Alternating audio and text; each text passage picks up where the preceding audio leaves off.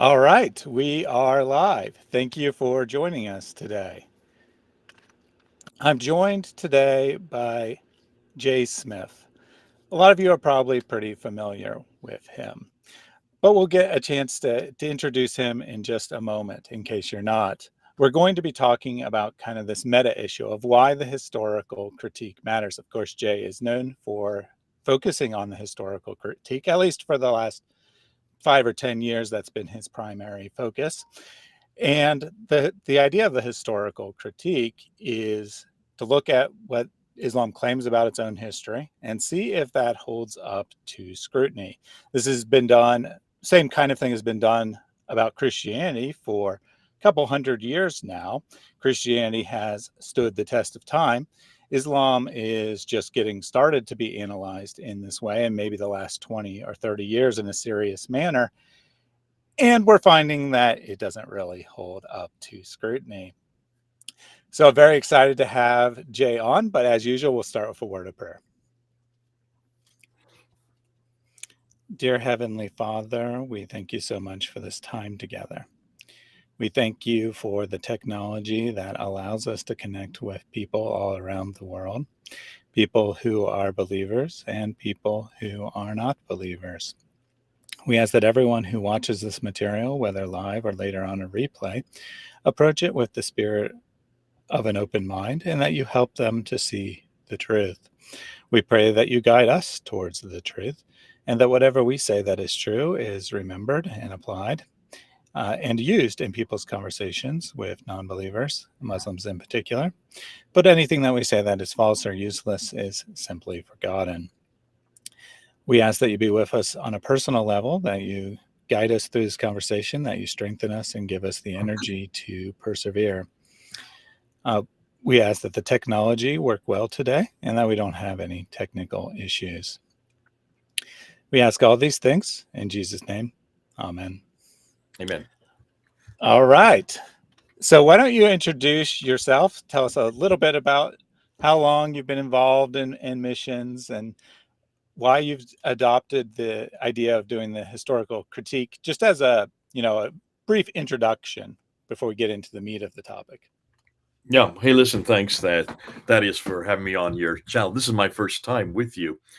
We know each other. We've been on other, certainly other live streams together, but it's nice to come on your channel and try to unpack these ideas. I have personally been involved in mission to Islam specifically for over 40 years, but I have grown up in missions. My grandparents were missions on both sides, both my mom and dad's side. All my aunts and uncles are missionaries. My parents are missionaries, obviously. I can pretty much go to about maybe 12 to 15 countries around the world, and they all know my family because they've all lived there and worked there. My sister is still in India. We've been in India, where I was born and grew up in the mission field there. Our family, my family, personal family, has been there since 1913. So for over 100 years, 110 years now, our family has been working in India in missions. My wife also is a Mish kid. She is from Kenya. So missions is in our blood. It just exudes out of our pores, so to speak. 3 generations. And hopefully this will continue in our family line. Now that makes it, in some ways, it makes it unique in that I have always had Muslims around me. I was born and grew up in northern India. And if you look at the demographics today, northern India has over 200 million Muslims, making it the second largest Muslim country on earth. Bingo, there's the problem. Now, with that many Muslims surrounding me, I do not have a fear of Islam at all. I love Muslims. I didn't used to love them. That was not the case when I was living in India. I was glad to leave India. I was glad to leave all that behind when I was 17 years old, back in 1971. So that when I came to the States, I wanted to finish my degree. I wanted to get into uh, sociology. I wanted to get into anthropology. I did not want to do anything that was religious or that what had to do, especially with Islam. But I decided to get a theology degree, and it's when I was doing my theology degree, I went to a seminar back then we didn't have live streams like you have now, Thaddeus. We went to seminars where Right. we would physically go and listen to people speak. It was a 1 day seminar on Islam, and I didn't really want to go, but my wife did. And I had just newly married her, and I decided I better obey her. So we went to this seminar, and we were told back then, Thaddeus, that there were 800 million Muslims. This is 1981, 800 million. Well, how do you compute a number like that? You can't. Then we were told that the missionaries working amongst this 800 million people only numbered 1,500 amongst 800 million, and that this 1,500 only made up 2% of all missionaries. Well, that is what changed my mind. And I remember it was like a slap in the face. Those two numbers I could compute: 1,500, 2%. I turned to my wife and I said, "What in the world are we doing? We've got to do something right. This is absolutely wrong." 2% of the entire missionary force working amongst this fastest growing religion on earth. So we went to our mission board and said, "Send us to a Muslim country." They had no work amongst Muslims, which was symptomatic of the times. Back in the 1980, no one was working with Muslims. When I say that, I'm being hyperbolic. Of course, there were some, but very few. And so we had to be lent to other mission organizations. SIM, Sudan Interior Mission. I don't know if you've ever heard of it, Thaddeus. No longer called that. It's still called SIM, but now it's Society of International Missions because they've moved out right across Africa. They were going to put mission stations all across northern Africa to stop Islam from moving south. And it didn't work. Islam just leapfrogged over those mission stations. But we were sent to Senegal. Senegal. Now, I didn't even know where this was. I had to look on a map to see where this place was, this country, Western Africa. And in order to go there, we had to learn two languages. I had to learn French. So my wife and I went to Paris to learn French. And then we had to learn Wolof. Now, at that time, everything that was taught us was how to confront the Quran, how to confront Muhammad. That's it. That's all we did. And they didn't use the word polemics, Thaddeus. It was more how to find the gospel in the Quran, how to find the gospel in the message of Jesus Christ. It was much more apologetical. Everything was polemics. People didn't even know that word existed, and certainly no school would teach it. So in all the schools I went to, I got 2 master's degree, one in divinity on apologetics, not polemics, just in apologetics, and then a second degree on Islamics from Fuller Seminary. Again, just apologetics, how to defend the Bible, how to defend Jesus Christ, but never go on the offense. Never go on the offense. That was something that was a taboo. And you probably know this as well. Well, maybe you don't. I don't know how old you are. Well, you are. You're in your 40s. So you may know that back when you were a young kid, you never ever go on the offense, certainly not against Islam. Yes, against Mormons, you can go on the offense. You can do this against the Jehovah Witnesses. That's fine. You can do this against the atheists or the humanists, but not Islam. That was a no-go area. And so polemics was never taught me. It was nothing that I wanted to do. I didn't even know what the word meant. It was in 1990s, then we got a call to come to London. Why London? Because they were having a real problem with a much more radical form of Islam in London that they weren't finding anywhere else. And as they're going from door to door, they were coming across not Middle Easterners at all. There was nobody from the Middle East, no Arab speakers. These were all people from places like India and Bangladesh and Pakistan, those 3 countries, which is the Indian subcontinent. Well, that's my area. That's where I grew up. Suddenly, I felt I'm going to be at home. Let's go to London. It's not in the 1040 window. It's not where Islam is centered, but there's a real problem with a growing radicalism. Well, I love that because I had a degree on Islamic apologetics. I knew how to at least defend myself. And so we went to London in 1992, and the first thing I did was go to Speaker's Corner. Have you ever been to London, Thaddeus? I don't know if you've been there. I have not. Okay, well, next time you go, you've got to go to Speaker's Corner and go and say hello to my colleague, Hatun, who is there. So in 1992, Absolutely. I went to Speaker's Corner, and there were all these ladders all around the corner with guys and girls, but mostly men and mostly Muslims. on these ladders with their talibes. That means their disciples around their ladders, protecting them, and they would be yelling and screaming. Up, it's called speakers. It should be called screamers corner because you yell. You can't use my megaphones. You have to use your own voice. Well, I didn't know anything about this. We're not taught this in homiletics. We were not taught how to get up on a ladder and make fools of ourselves, and we were certainly not taught to get into a environment where they're going to attack us. We're taught how to speak in churches where people accept what we say and they applaud us and they give us a clap in the back, and there's no give and take. It's not this is a totally different environment. I had never seen this kind of aggression before, and believe me, it was aggressive, even physically aggressive, not like today that has gone. And it was a environment that I did not feel at all comfortable with.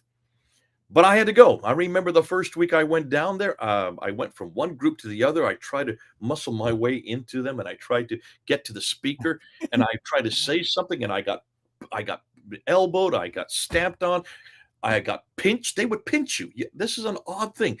They would put their hand and pinch you, and then they look as if nothing had happened, they're just like bullies in a playground, in a school. And I had never come across this before. And I went back with bruises all around my midriff. I had sore toes from being stamped on. I started using boots that had metal on them after that. But it was that kind of environment back then, because at that time, Islam was not a religion of peace. That only came in 9/11. 9/11 changed that new narrative. 9/11. This is before 9/11. This is 1992, a good 9 years before. And that was very difficult for me to want to go back. But my wife, bless her heart, she kicked me out the door the next day and forced me to get back to the corner. And she said, "Jay, you just learn your apologetics. Find out what they're throwing at you. Find out what they're saying." So I did, and I learned my apologetics. Now, what was fascinating, Thaddeus, is it was in 1994 that I started taking a course from a guy named Dr. Um, well, I forgot his name. I thought it was head. Anyways, I took a course in School of Oriental and African Studies. Hawting, Dr. Gerald Hawtings. I don't know if you know that name. Hawting. Dr. Gerald Hawting. He is a revisionist. This is called a revisionist school of history. And he had studied under Dr. John Wansborough. He had studied along with Dr. Patricia Corona and Dr. Michael Cook. These were all big names in revisionism, probably the biggest names in the world. And they all did their work at School of Oriental and African Studies there in the University of London, where I was. And I was studying under him. And I did a course with him, just one course with him, a year-long course. And I was watching what he was saying the very first week. First 2 weeks, in fact, the first day of class, you might say, when he introduced himself, there were 50 students there. Half the students were Muslim because it was on the origins of Islam, looking at how Islam began historically. Something I thought, this is interesting. Well, I thought I already knew the answer. You've already heard the answer. It was begun by a man named Muhammad who lived in a place called Mecca and received a book called the Quran over a 22-year period. That's it. Those are the three things you need to know, with all the other stories that embellish that. But what's more is there to learn? I've already had it. I had a master's degree in this area. There's nothing more that Dr. Hawting could teach me. Well, he started saying things like, "Did you know that there are no mosques that have a Qibla towards Mecca?" I said, "Whoa. The Dome of the Rock in Jerusalem has no Qibla. The third most holy shrine has no Qibla. And the direction of the entire citadel, then the Dome of the Rock, is facing south, not south. It should be facing southeast." Whoa, I never heard this before. Did you know that we have nothing about Muhammad for 200 years? We have nothing written about this man, Muhammad, from a place called Mecca for 200 years. That this was only finally written down by a guy named Ibn Hisham in 833. And I'd never heard this before. And did you know that the sayings of Muhammad don't get written down for 240 years? Well, I never heard this before. No one had taught me this. Well, the Muslims in the class started getting up and leaving and slamming the door as they left. They were leaving. 25 of them left within 2 weeks. I kid you not. Half the class lost its students within 2 weeks. And all of them were yelling and saying very unpleasant things to Dr. Gerald Hawting as they left. But this was fascinating to me. I was looking around and I said, wow, why are they so upset? This is good material. I want to hear more. I kept on raising my hand and I said, why is it this doesn't have a Qibla? Why does the Dome and Rock? That's significant. And Gerald Hotting didn't want to answer the question. He didn't want to answer the question. He says, it's not important. They don't have a Qibla. It must be significant. So what I did, Thaddeus, I started taking this material down to Speaker's Corner. And I started introducing it to the different speakers. Well, it didn't take long before I got beat up pretty bad. I got knocked unconscious. I didn't know what happened. A professional boxer from Trinidad who had converted to Islam was on the ladder. I was confronting him. He got off the ladder and man, I was out cold. I don't remember what happened. What was told to me afterwards by the police who came and rescued me, they had to pull me out. There were 60 Muslims kicking me on the ground. And then suddenly a black man came and laid down on top of me and took the blows for me. When the police pulled us both out, I said, well, where is this guy? And I turned around and he had disappeared. I had no idea what had happened. And the police looked at me, says, Mr. Smith, you must never do that again. Next time they're going to kill you. And we can't help you. I said, well, who is this guy? Well, I call him Barry. He's my black angel. And he has protected me more than once. And interestingly, he's not the only angel. I have two angels who I call Harry and Larry. They're up in the trees. And they sit in the tree above me. And I've never seen them, but other Muslims have seen them, and they're scared to death of these two, Harry and Larry, who are sitting. They've been told me that they are dressed in white, and they sit in the tree and they're smiling. And I remember a Muslim coming to dinner after one of these episodes there at Speaker's Corner, and he was shaking. He was so scared by what he saw. And I said, what's wrong with you? His name was Mubin here. He had been sent by Shabbat Ali from Toronto to come and look me up when he was in London. He was looking for a wife. And so he came down to Speaker's Corner, was in the crowd. We had dinner. And I said, Mubin, why are you shaking? What's wrong? He said, well, didn't you see the two men in the trees? I said, what two men in the trees? He said, the two men that were in the branch above you. You must have seen them, Mr. Smith. I said, well, what were they doing in the trees? They said, I don't know, but they were looking at you and they were smiling. And I started saying, Mubin, I know what you saw. I said, when I get up on the ladder at 3:00 in the afternoon there in London, in the United States, there are about 20 churches that are praying for my safety. And they're praying that I preach the gospel. And they're praying that what I say, people will be responded to, and that Muslims especially will respond to this. Those are my guardian angels. Those are the answer to their prayers. I can't see them. I'm not permitted to see them. You, as a Muslim, God let you see them so that when you tell me, I'll believe you, because I hear Christians all the time making up. They're always seeing angels. I've never seen them, but the Muslim has seen them. And that was the first time that I realized that I needed protection, but it was not a protection from bombs, bullets, and cruise missiles, not weapons of this world that I needed protection. I had spirituality and power. And I needed, in 2 Corinthians chapter 10, Paul says this, we don't use weapons of this world. We use principalities and powers. And then he said in verse 5, we use arguments. I needed to use arguments. So I decided, well, hold on a minute. These arguments that I had been taught in seminary, these arguments that I had been taught in Bible school, these arguments that I had come up with about attacking Muhammad, attacking the Quran, and attacking all the sexual proclivities of Muhammad and all these things, I was not getting anywhere. I was just getting a lot of anger from Muslims until I went to Gerald Hotting's class. And and Gerald Hotting back in 1994, 1995 taught me something new. You don't need to use this kind of material. You don't need to go and confront the sexual proclivities of Muhammad or whether or not he's violent. Yes, of course, we all know that. It's kind of a given. That's not something that's really in doubt anymore. But it tends to put up walls with Muslims whenever you use this material. Why don't you ask much deeper questions, much more devastating questions, and much more dangerous questions? And that is, forget what Muhammad did or said. Let's ask whether he even existed. That's much more dangerous. Was there even a man named Muhammad who lived in a place called Mecca, moved to Medina in 622, who received a Quran in a 22-year period, written in Arabic from that place, from that time, and started a religion called Islam. That's what really should be asking. Those are the questions we should be asking, because if that is the case, then I would like to see where this Muhammad is. I'd like to see a reference to him. Just one reference. I would like to see where this Quran is. I'd like to see just one manuscript. Just one manuscript. I would like to see where he lived. I would like to have any reference, any map, any description of this place called Mecca from the 7th century. Just one. That's all I'm asking for.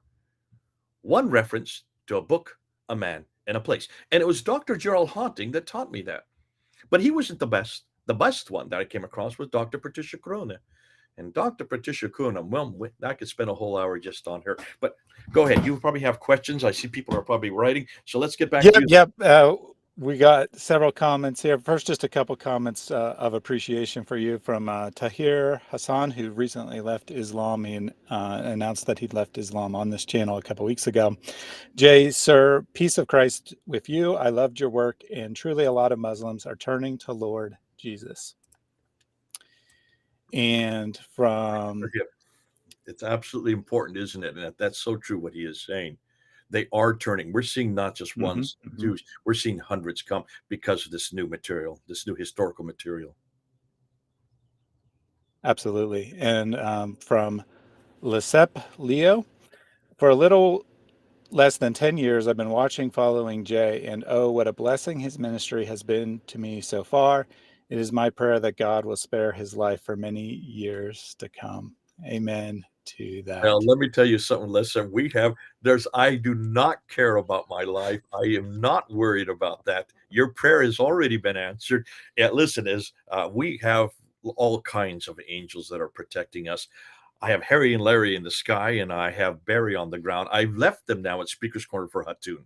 When you look and see what happened to Hatun a little over a year, well, over a year ago, maybe it's 2 years now, coming up on 2 years, when she was stabbed, if you look at the videos, there's no reason in the world she should have survived that stabbing. Why did she survive? Well, that's Harry and Larry. And I have no doubt that Harry and Larry are the ones that protected her and will continue to protect her, which is a promise that's given to all of us. We all have protection because of what the Lord has already promised us if we just stand in the gap and present the gospel to our dear good Muslim friends. Yeah, the book and the man in the place. I add one more, the book, the man, and the place. Yeah, you got to adjust your catchphrase there, because for years you would say the book and the man, but now it's in the place. And avalanche of apostasy is definitely what we are seeing today. So from M. Lola, you all put much research improving the fallacy of the Quran, but hardly put as much effort improving the fallacy of the Bible.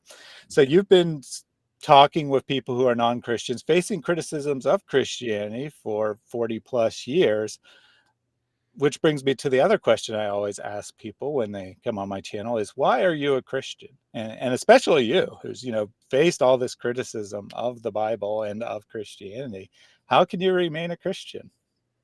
Oh, and that's a great point. And thanks, Emlola, for asking that. When you look and you do the comparison of the two books, and when you look at the two books, the Bible and the Quran, I'm just looking for my Bible here. There's so many Qurans. Here's my Bible over here. When you look at the two, you will see immediately that there is a problem with the Quran. The Quran, compared to the Bible, side by side, look at the two, and you will find that in every case, in every major question, look at the manuscript evidence for this book versus the Bible. When you look at the Quran, there just is no manuscript evidence from a time period where there should be. The Bible doesn't ask, we don't ask it to have originals, because everything was written on papyrus. Papyrus are these interlocking leaves that disintegrate within 100 years. Since the earliest manuscripts were all written on papyrus, they would have been long disintegrated. The originals would have long disintegrated by now. You cannot make that excuse for the Quran. Remember, it's the Muslim traditions. It is the standard Islamic narrative that tells us that it was Uthman that not only revised the Quran that had been first written in 632 at the time of Abu Bakr by Zayd ibn Thabit, rewrote the Quran a second time. And then from that text, that corpus, that Musaf as they call it, 5 different copies were sent to 5 different cities: Mecca, Medina, Basra, Kufa, and Damascus. Where is even one of those? We're talking only 1400 years ago. 1400 years ago, and they cannot find one manuscript. Oh, they thought they have. I have some right over here. Let me just go get them.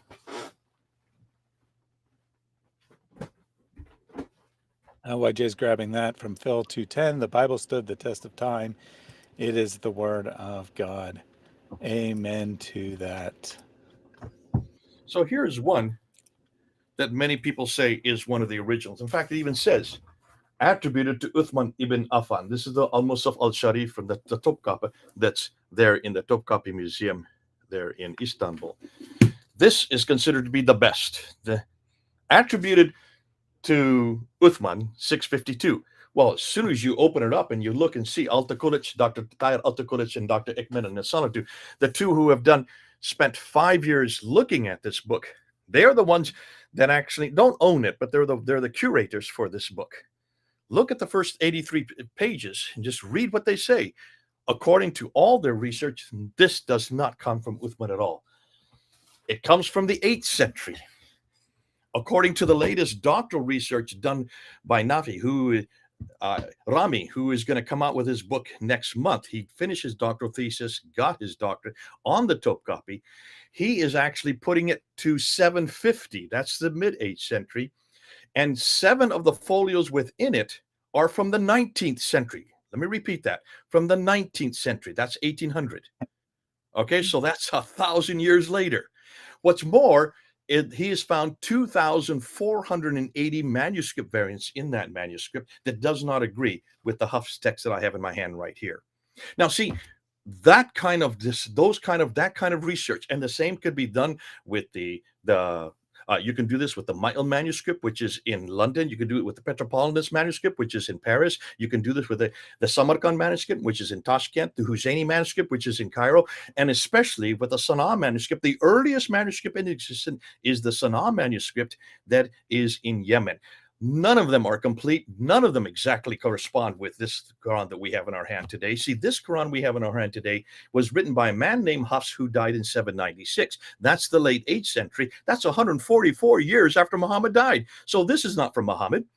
This has nothing even to do with the century Muhammad lived. And it was written in Kufa, of all places. So here's the problem. When we ask the same question of the Bible, look at the Bible.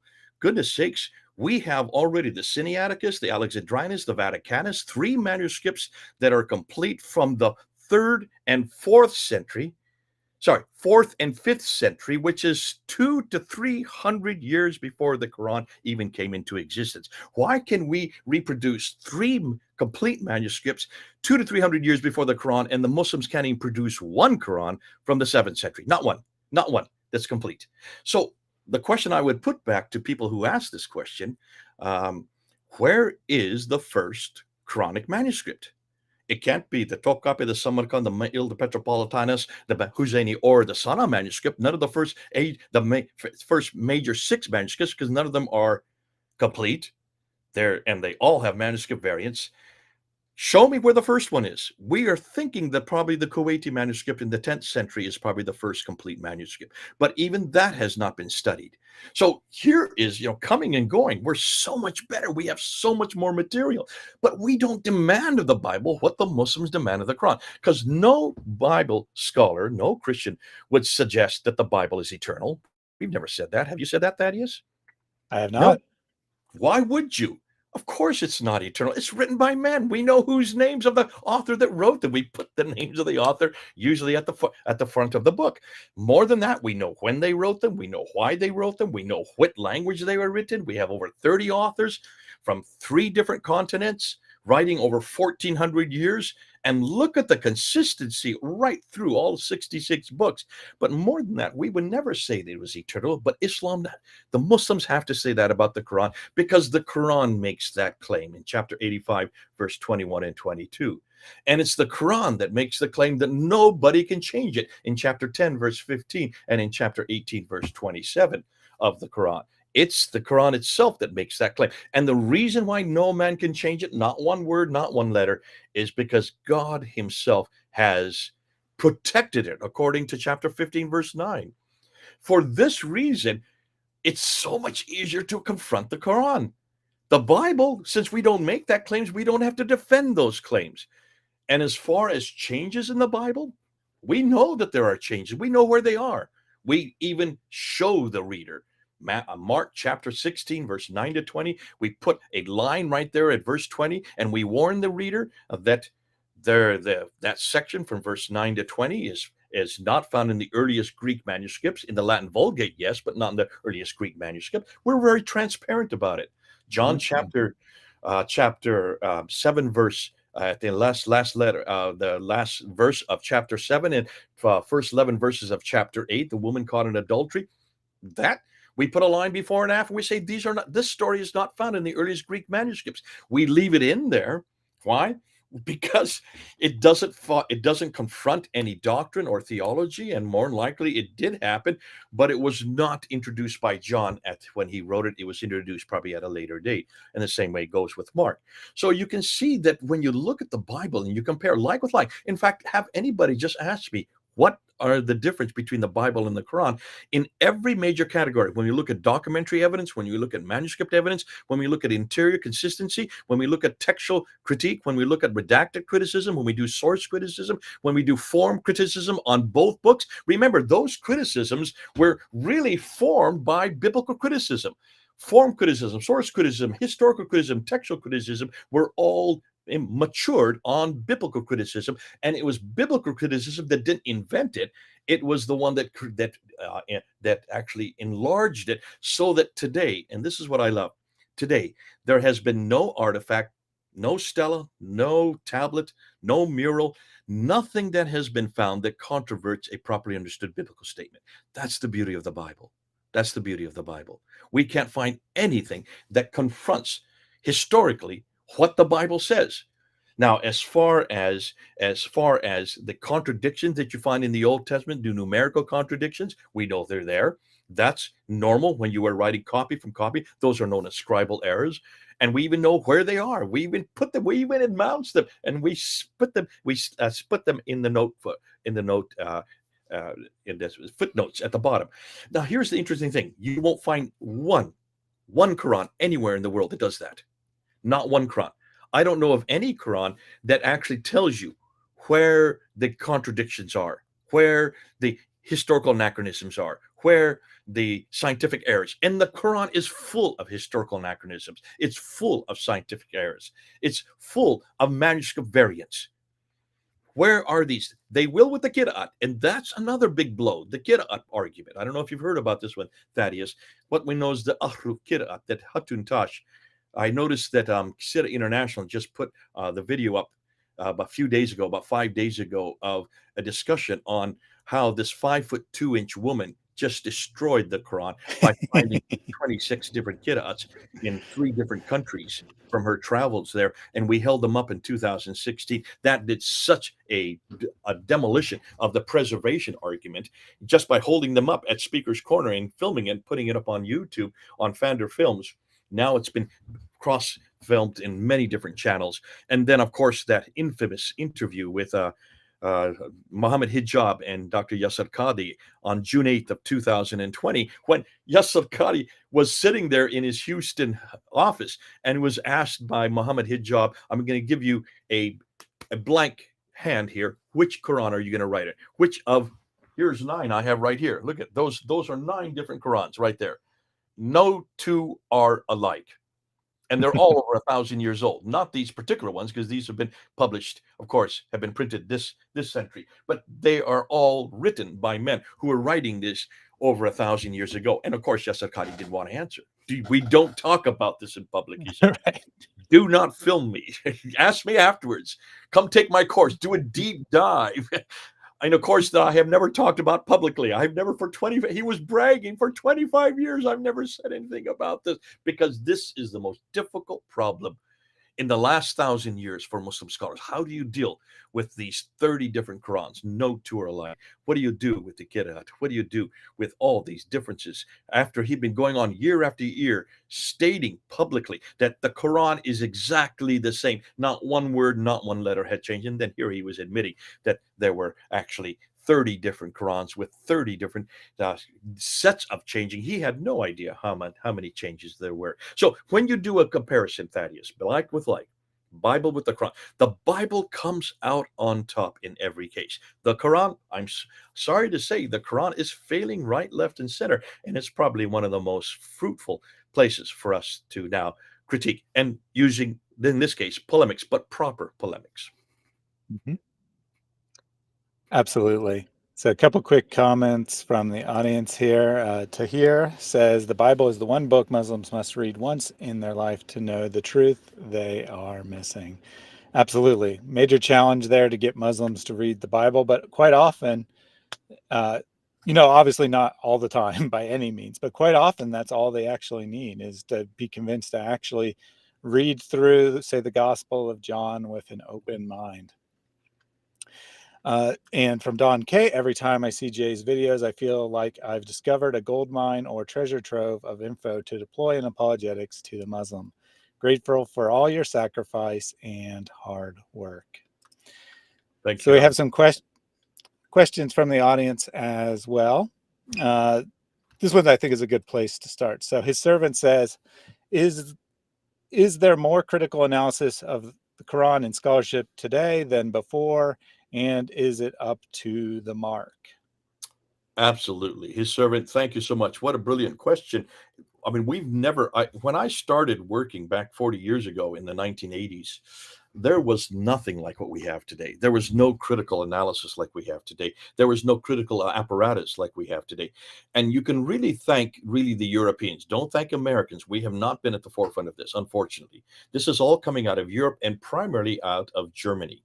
And it's coming from the Inada School. The Inada School is a group of scholars that meet every May or June. They meet in Saarland University in Saarbrücken, which is Western Germany, and they're headed up by Dr. Robert Kerr. And it's a group of scholars, all who have chairs in different universities all over Europe. So they're speaking mostly, do their material mostly in German, and that's unfortunate because they want to keep it in German. They don't want to bring it into English because of the damage it will do to Islam. They're scholars. They are not evangelists. I'm sure some of them would claim to be Christian, but they're not interested in any missionary activity, and they certainly aren't interested that Muslims follow their work, because they're doing what scholars should do. They're trying to be as neutral as possible, and they're using the same categories, the same critical apparatus that was used against the Bible against the Quran, and they should, and this is proper. And what they're doing, his servant, is this critical analysis is way beyond anything we've ever come across. So they're asking simple questions like, if there is a claim by Muslims that there is a Quran from the 7th century, where is it? Number one. Number two, how much of the Quran is in it that would support what we have today? Number three, that which we have today, that Quran that we have today, if it isn't from the 7th century, where is it from? So are there stories, is there material within the Quran that was borrowed from other sources? This is called source criticism. And what they're finding is that almost all of the Quran, there just is no complete manuscript from the 7th century. We're not even sure if there's any manuscript from the 7th century. I know people have said the Birmingham Folio is probably from the 7th century because it's dated from 568 to 645 using carbon dating. That's not the ink. That's nothing more than the parchment when it was written on.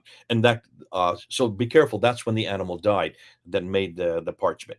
But what we do know is that even if it was, and I'm willing to go with that date, even if it was, just look at the 3 stories. Those are not Quranic stories. Those are actually biblical stories from the Bible, and they're also not biblical stories. They're the story of the 7 sleepers in Ephesus. That is a folk tale. It's a folk tale that existed in that part of the world and it was written in 500 AD. The writings of James the Lesser, that was written in 146 AD, and the story of Moses, that was written, of course, in 1400 BC. So these are all pre-Islamic, pre-Quranic, and pre-Muhammad stories. So I would have no difficulty with those dates, but they're not Quranic, and they are written long before Muhammad, long before Islam even began.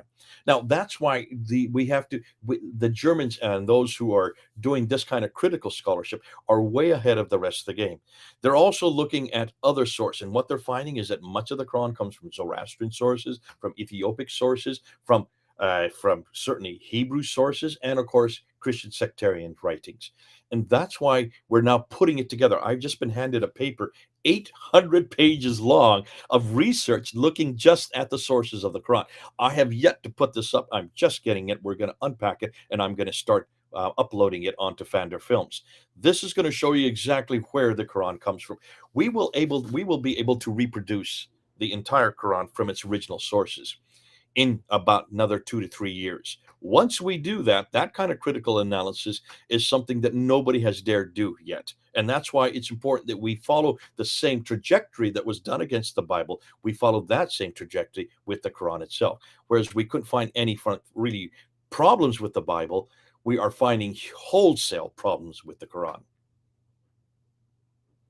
Absolutely. So, question from Breakfast Gun. You mentioned that there are a bunch of versions of the Quran, at least 26. I think it's up over 30 now. And he says that he's familiar with the Hafs and the Warsh. But do you have the names of some of the other Qurans? Yeah, let me just pull them up right here. Am I permitted to show this on the, I mean, can I show this? Yeah, you can share screen. It's supposed to be a monitor, I guess, but it really just looks like a square box. Hold on a minute. Let me go ahead and pull this up real quickly, and I'll just show you some pictures of other manuscripts. I mean, I can show you all 30 of them very quickly, but let me just get it. And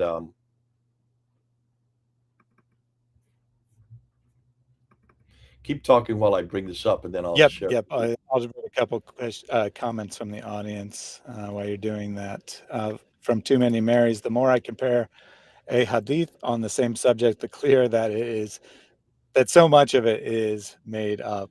Yeah, we're told that they have perfect memory and they don't make any mistakes, and that's why we can trust these manuscripts. But then you look at two versions of the same story in the hadith, and they have completely different and contradictory ideas in them, and they're both graded Sahih. So, very interesting that the perfect memories apparently failed them. Now, ask any Muslim what did they memorize?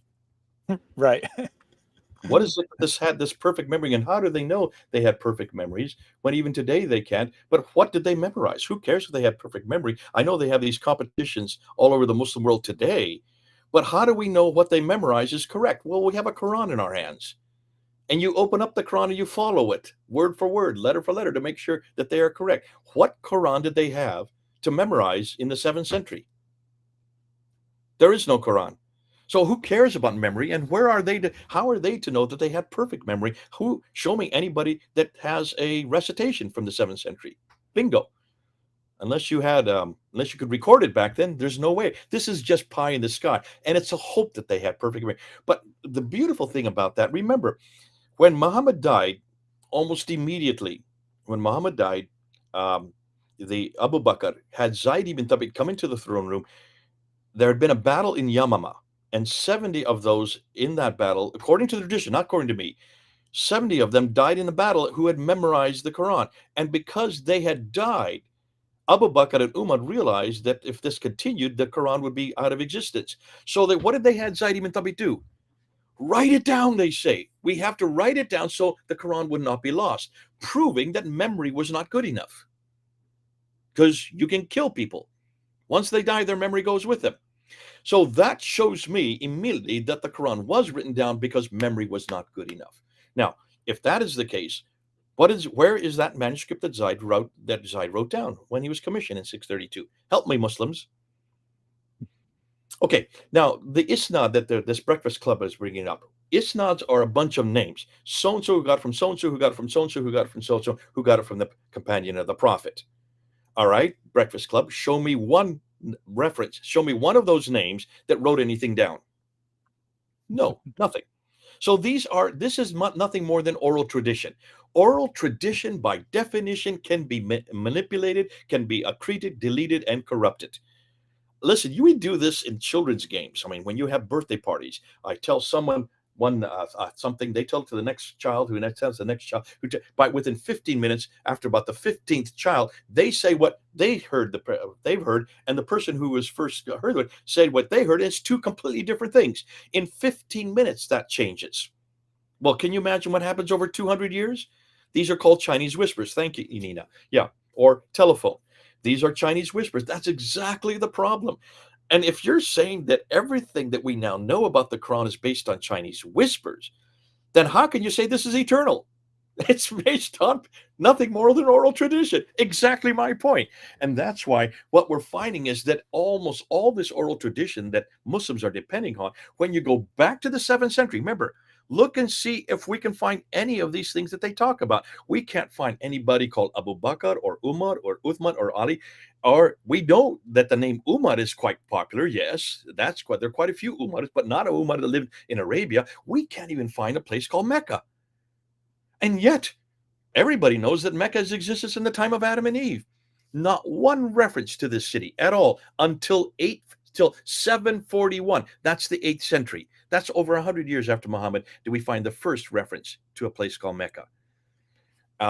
Yes, and it's he said, he said, he said, he said, he said. This is what you hear. This is called oral tradition. That's why we don't trust oral tradition, especially when we know that Abu Bakr demanded it be written down, and then Uthman had demanded it be written down 20 years later, because the one that Abu Bakr had written down was not good enough. They had to rewrite it 20 years later and make 5 copies. Show me one copy. That's all I'm asking. That's not a simple thing to ask. That should be easy for them to support. Now, I just want to show you about the Qira'at. How do I do this, Thaddeus? What button do I have to hit down here to open up? Yeah, it's on the right hand, or on the bottom. There's one that looks kind of like just a rectangle with a line under it. I guess it's supposed to be a monitor. And it should say share a screen with others. Okay. And give it a second. Select window or screen, J. Smith. Yeah, so you can either select, you can either show a single window, which would be fine. I assume that. Okay, now how do Or I you get? can share the. Actually, I need to show the document. How do we get? I'm lost here. How do we get? I've not used this platform before, so let me try it again. Select window, Microsoft PowerPoint. That's what I want. Okay. Yep. All right. Can you see it? Give it 1 second. Do you see where it says 30 official readers and transmitters? Do you see that? No, I'm not seeing it. I briefly saw your other screen. No, okay. The audience didn't see it because I didn't add it. But then when you stop sharing that and then you reshared, I don't see it now. Now can you see it? No. Oh. That's odd. I put it up there like I had it before. No? Let me see.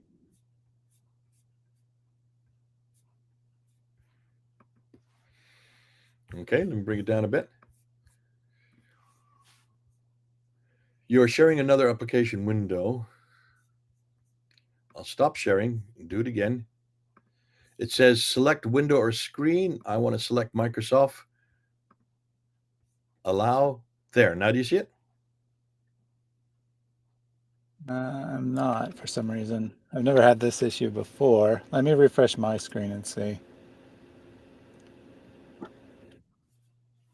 Here, I'll just do it this way. Yep, we can see that. So let me highlight you so you're big.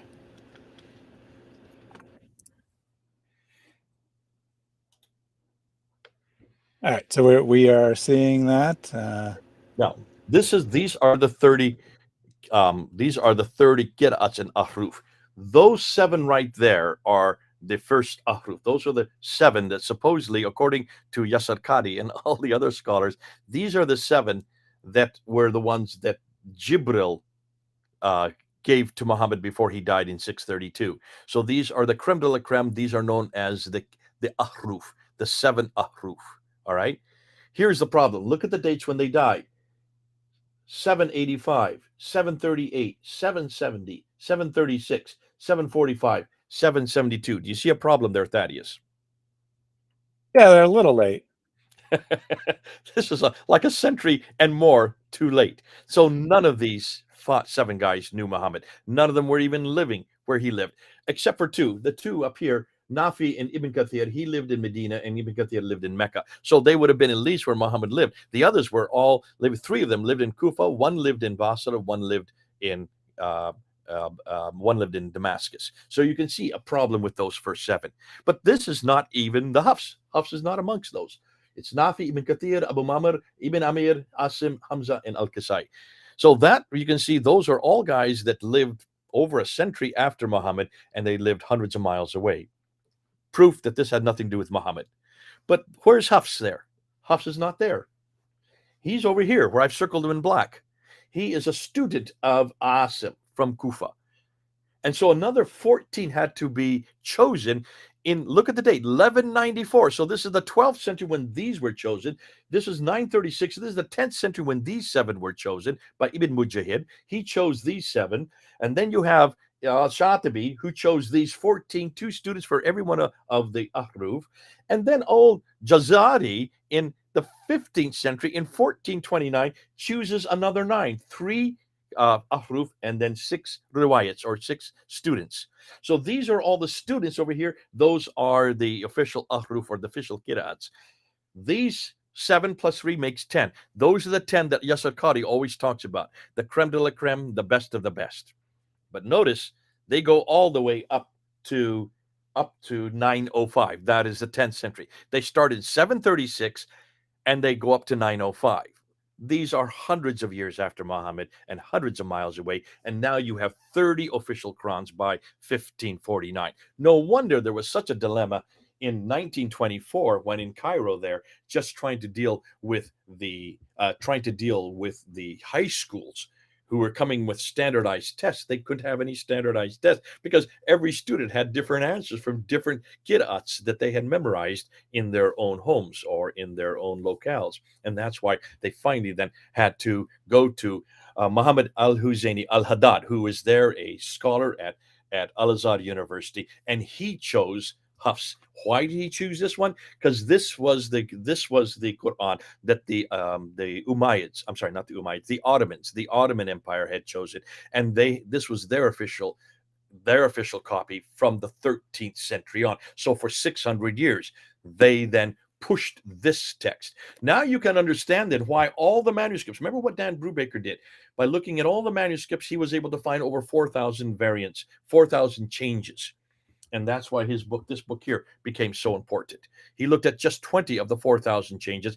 Every one of those changes, in every case, every change, whether it was an assertion, whether it was a eraser, whether it was a covering, whether it was written over, when every 7 different types of changes he found, 4,000 of them. In every case, what did those changes do?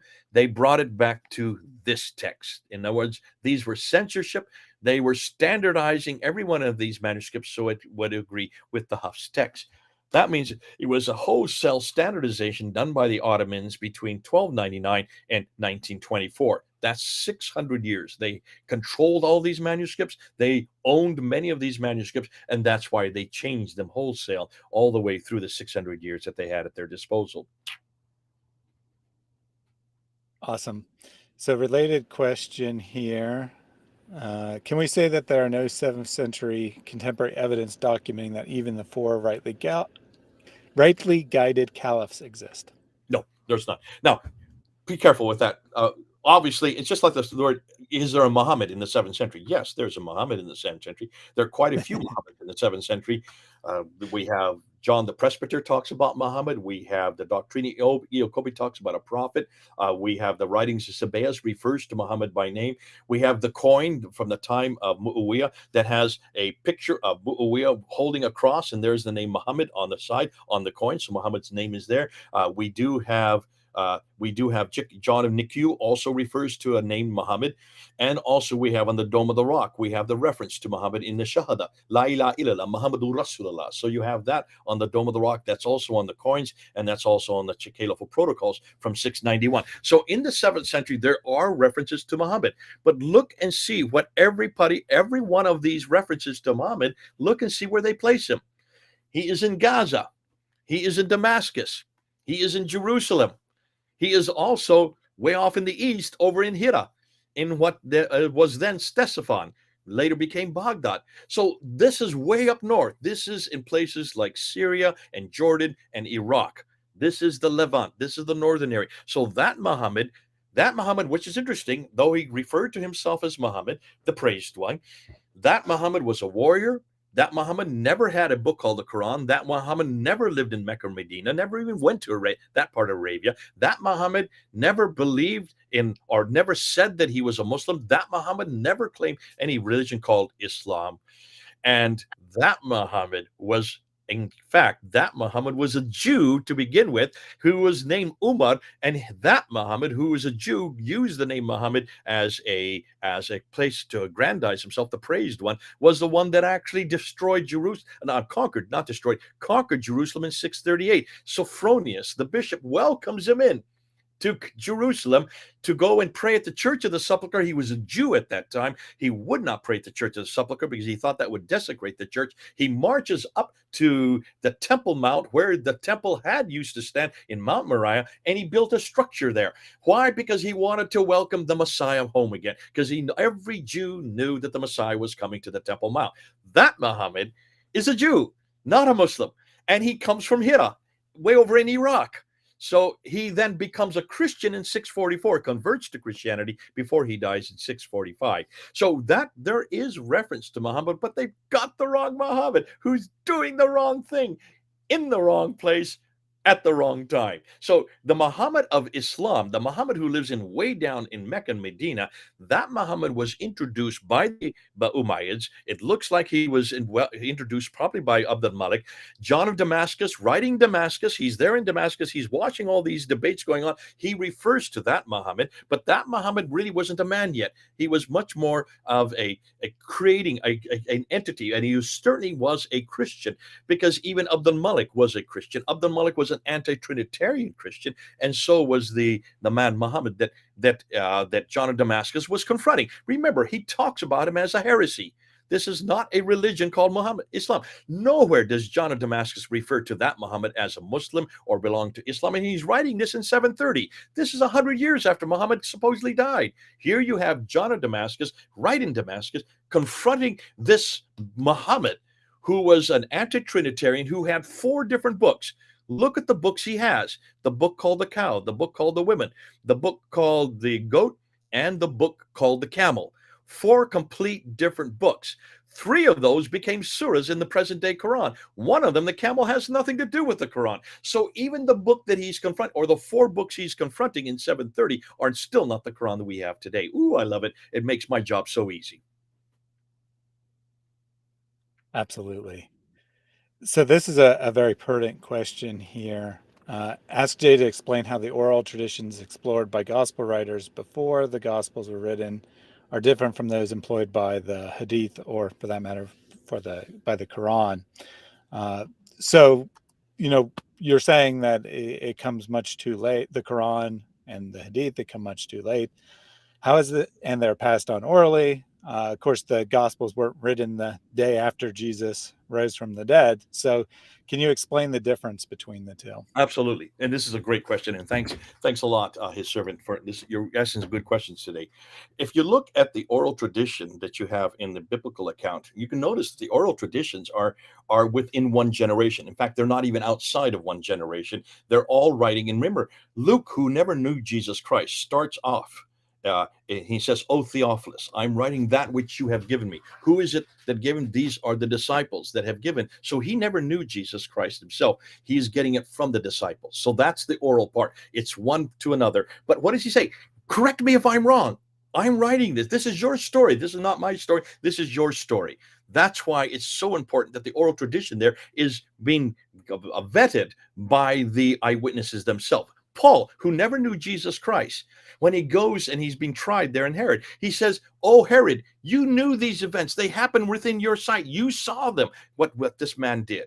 I didn't see them, but you did." So he's telling them, if I get it wrong, correct me if I get it wrong. So the oral tradition we have within the gospel accounts and within Paul's writing is within one generation, but it's not even one generation, because they're asking the eyewitnesses to correct them or to support them. Matthew and John are not getting it from eyewitnesses. They were the eyewitnesses to the events that they were writing. John and Matthew were with Jesus for the last 3 years of his ministry. They just wrote down what they saw or what they heard. So there's no oral tradition there. The other two, Mark and Luke, got it from those who were the eyewitnesses. That's why they put out this fleece. Correct us if we're wrong. Now, they also were in the same area. They all lived in that part of the world. So they didn't live hundreds of miles away, and they didn't live hundreds of years later. On the other side, everything we know about Muhammad comes from a man named Ibn Hisham, who died in 833. Everything we know about what he said about this man Muhammad died in 632. That's 200 years after the fact. He wrote it within the last 20 years of his life, between 810 and 833.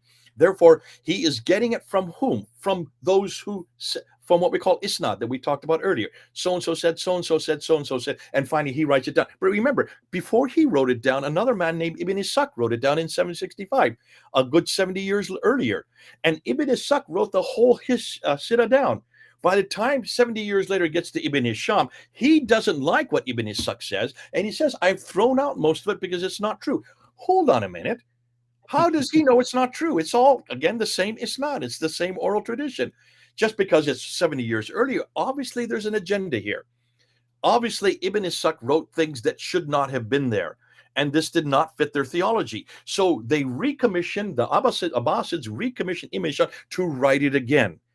And so he writes it again and throws out most of what Ibn Ishaq had said just 70 years earlier. Now we get to the Hadith.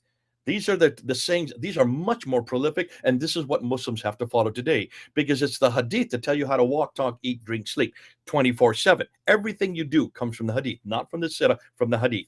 So here you have al-Bukhari, the first one. And look what the Muslims admitted. He was given 600,000 of these stories, these sayings, these akhbars, 600,000, and he was told to throw out that which was not authentic. He throws out all of them except for 7,397. From 600,000, he willows it down to just 2%. Just 2%. 600,000 down to 7,397. What's going on here? This is called enormous censorship.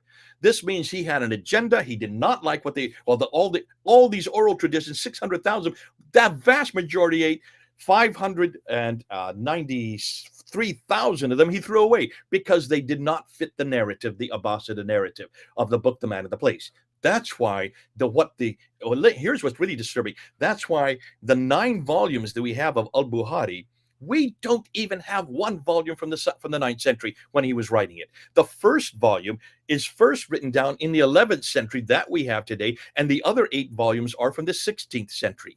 But let's go back to that Sirah again. Hold on, that Sirah, the biography of Muhammad himself that was written by Ibn Hisham that I just talked about, and he had been written between 810 and 833. Do we have Ibn Hisham's manuscript? Are you aware of this, Thaddeus? We don't even have that manuscript. So where does that book come from? I've got it here somewhere. Let me see if I can find it. I've got so many books now. And here it is. This is the book that I'm talking about. Everybody, you all have to read this. This is what everybody reads whenever you take Islam. Here it is. It's very thick. It's called The Life of Muhammad, translated by Alfred Gim. But who does he attribute it to? To Ibn Ishaq. He attributes it to Ibn Ishaq, who died in 765. This is under duress because the Muslims have demanded he do that because they want to get it to as close to Muhammad as possible. But even this is Ibn Ishaq. That's 140 years after Muhammad, if that is the case. We know that this is from Ibn Ishaq. Just read the introduction. The introduction is very clear that it is not from Ibn Ishaq. It's from Ibn Hisham, who threw most of Ibn Ishaq away and wrote what he did. Oh, is that a case? So this is from Ibn Hisham, right? Right, Thaddeus? Would you say this is from Ibn Hisham? Yeah, I would say that. Well, to be clear, that he does use some quotations found in Al-Tabari to fill in the parts that Ibn Asham left out. But I'm guessing you're going to tell me it's not even from Ibn Asham. It's not from Ibn Hisham. It's not from Al-Tabari. It's not from any of Sahih Muslim or Bukhari. It's not from the 9th century. It's not from the 10th century when Al-Tabari was writing. It's not from the 11th century, 12th century. It's not from any of those centuries. It was put together by a German scholar named Wustedfeld in Berlin in 1860, actually 1658 to 1860. This German scholar named Wustedfeld went around to 4 different German cities. He was an Arabist, and he went down to scraps and pieces of Arabic writings that he found in different libraries and in also different museums. He grabbed them all together and put together the entire life of Muhammad, taken from those scraps, wrote them for in a 2-year, put them down together in a 2-year period, and published it in 1860. That's 160 years ago. So even this book was put together by a German scholar, not from Ibn Hisham, attributed it back to Ibn Ishaq. This is nothing more than an attribution. But folks, it's not even 160 years old. So where did he get all this material from that made up the story? This comes from Ottoman material written in Arabic that were then pilfered or taken by the Germans and preserved in these different museums and these different libraries. Folks, even this book on the life of Muhammad is not more than 160 years old. That's crazy. I had no idea that it was a reconstruction itself. Even ignoring the fact that it doesn't really come from Ibn Ishaq. I think you probably have already covered this, but it was asked earlier, how reliable is the life of Muhammad by Ibn Ishaq? So anything else you want to add, or you think you got it? No, so basically everything we know about Muhammad, everything we know about what he did, what he said, where he went, all the stories, the Maghazi stories that Al-Waqidi writes, again, 835, he writes it down before he dies in 835. We don't even have the original for any of this. None of this is original. We have yet to even ask these questions. This have all been asked of Jesus Christ. We have yet to ask these of Muhammad, because there is a fear to do this. There is a reticence to do this, because most scholars who are going to do it, that's why the Germans keep it in German. They don't want it to be in English. They know that they could be killed for what they're finding. They could be killed for what they're saying. Listen, we've had death threats. I've had death threats. I've been beaten up. You can see where they try to open up my throat at Speaker's Corner because of this new material. It is dangerous, and that's why many scholars don't want to go public with it, because they fear not only their lives, they also fear their careers. I remember Dr. Patricia Corona back in 1995, when I was going to debate Dr. Jamal Badawi. The week before that, I went up to her office and I said, I want to get your best material. And she gave me 10 points, critical points, historical critical points that she had discovered that I was to use in that debate. And I turned to her and I said, why aren't you debating it? You're the one who did all the work. You're much more versant with this material. You are by far the best situated to take it on. And she just laughed at me. She says, Jay, I have a chair to protect. I have an institution that I represent. It's called Cambridge University. You, however, you don't have any chair. I didn't have my doctorate at that time. You don't have any institution. You only have one person that you represent, and his name is Jesus Christ. That's it. You have the freedom I don't. And that's true, Thaddeus. We have the freedom to push this material out. We have the freedom to make sure that the whole world hears it. We have the freedom to get it into English, and we have the freedoms because of the fact that we only represent Jesus Christ, and the very same things that were done to Jesus Christ are now being done to us. Therefore, we don't fear him getting it out there, because we know that Jesus is going to protect us. Where do you think Harry and Larry and Barry came from? From Jesus Christ. So that's why I don't worry about this. I don't worry about getting it out. And I realize that in some ways there's another thing, and that is not only are we the ones best capable to do it because we've had it done with our Bible and with our Lord Jesus Christ. We are the only ones that have an antidote. We are the only ones that have an answer. We are the only ones that have a response. And his name is Jesus Christ. And his revelation is his gospel. Absolutely. So related, it obviously, we're not going to take Ibn Hassam's word for it, or however you want to classify that exactly. But do you have any recommendations for scholar resources on the life of Muhammad? Yeah, now this is the problem, the difficulty. If you want to look at the life of Muhammad, you need to go and get Joe Shoemaker's book, Stephen Shoemaker.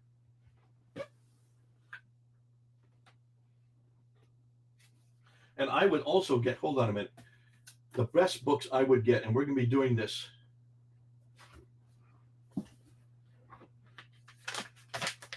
Here's Stephen Shoemaker's book on the Quran. Get it. I've just done 76 episodes with Al-Fadi on this Oh my book. gosh. I was just up I was down. I'm not going to tell you where his studio is because he's asked me not to tell you where his studio is. But I went there last week and we did another. We had done 40 before, and now we did another 37 just last week. 76 episodes are coming out just unpacking this book, creating the Quran.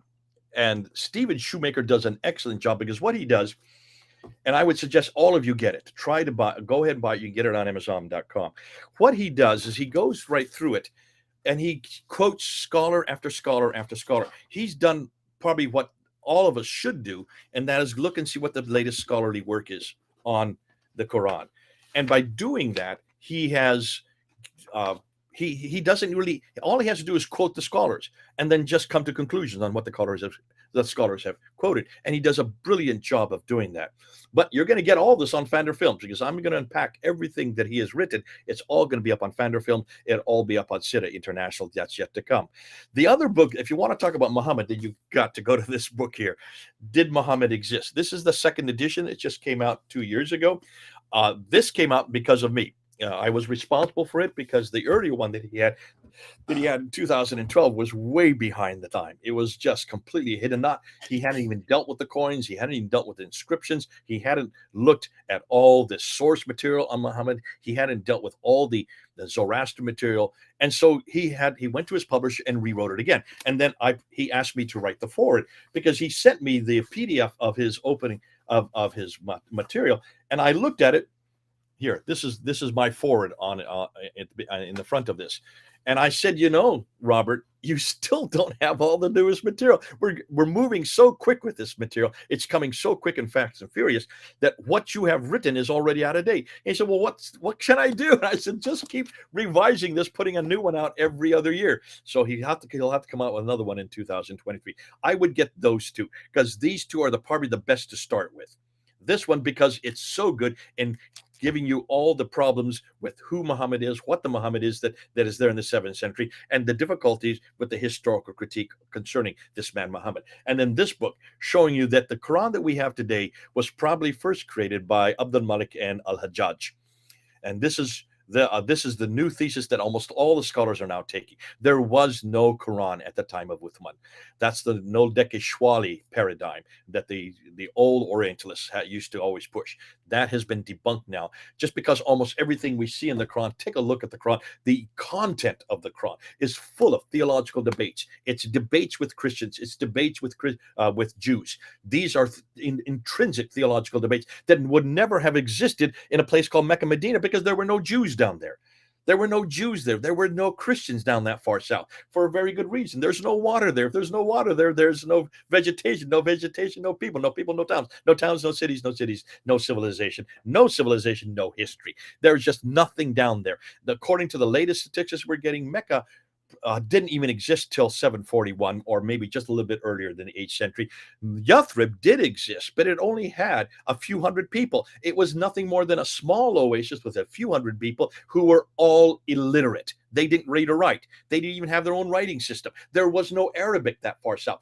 And when the Arabic finally was introduced to that part of the world, it was Sabaic Arabic. It's not the Arabic that we have in our Quran today. That's Nabatean Aramaic, which is from way up in Jordan, 600 miles further north. It's the wrong Arabic, because the Arabic in the Quran has the Tar Marbuta, the Alif Maksura, the definite article. That does not exist in Sabaic Arabic, which is what they used later on about the late 7th century to the early 8th century there in what is today known as the Hijaz or Mecca Medina. So all of this is in these books. Just get those two books and that will get you started, and then just watch our videos. Now, of course, I'm going to have to write this all up, so I'm in the process of writing all this down so that we get it in print as well. But hold on, we'll tell you when those get published. Excellent. So Malvern pointed out that creating the Quran is actually free on Amazon Kindle. So definitely check that out. I have started reading that book myself, and I would also highly recommend it. God is love and light. wants to know about a book, The People versus Muhammad by Jay Schindlin. Are you familiar with that book or no? No, I'm not familiar with that one. Yeah, I don't know either, so no Does he comment recommend it? on that. A couple super chats from Phil210 have to go. May the Lord increase this ministry. Thank you very much for that donation, Phil. And from Kizanum, thanks for everything. And thank you very much, both of you, for those donations. Get some more questions from the audience for you, Jay. His servant says, it would be awesome to have a Quran with critical apparatus like the Nestle Alan. I'm assuming there isn't one already. Not yet. This is yet to be done. I know that Robert Morey has come out with his book on. I've just come back, so I have I've got it here somewhere because I'm going to be doing a It's in one of the piles there. My problem is I'm traveling and I come back and I travel and I come back. And I don't know it's on that, but he's done a critical critique of the Quran. It's not like Alan's with the Greek and the Hebrew. It doesn't do that yet. That has yet to be done, but certainly that will be done because nobody has done to the Quran what we've done to the Bible. We're about 200 years ahead of them. That's why, in some ways, it's taking more time. And remember, when you do things that are critical like that, you can lose your life. You can also lose your career, and it'll close a lot of doors to you for publishing. Publishers do not want to publish those kind of books. So people like Prometheus Press, or what I'm going to be using the Think and Tell. This is that Dan Brubaker. I'll be using his because we want to start a whole different publishing body that takes these critical books and is not fearful of what Muslims will do to us or what they claim they'll do to us. We need to get this material out. So it will happen. Give it time. And his servant, thank you for that question.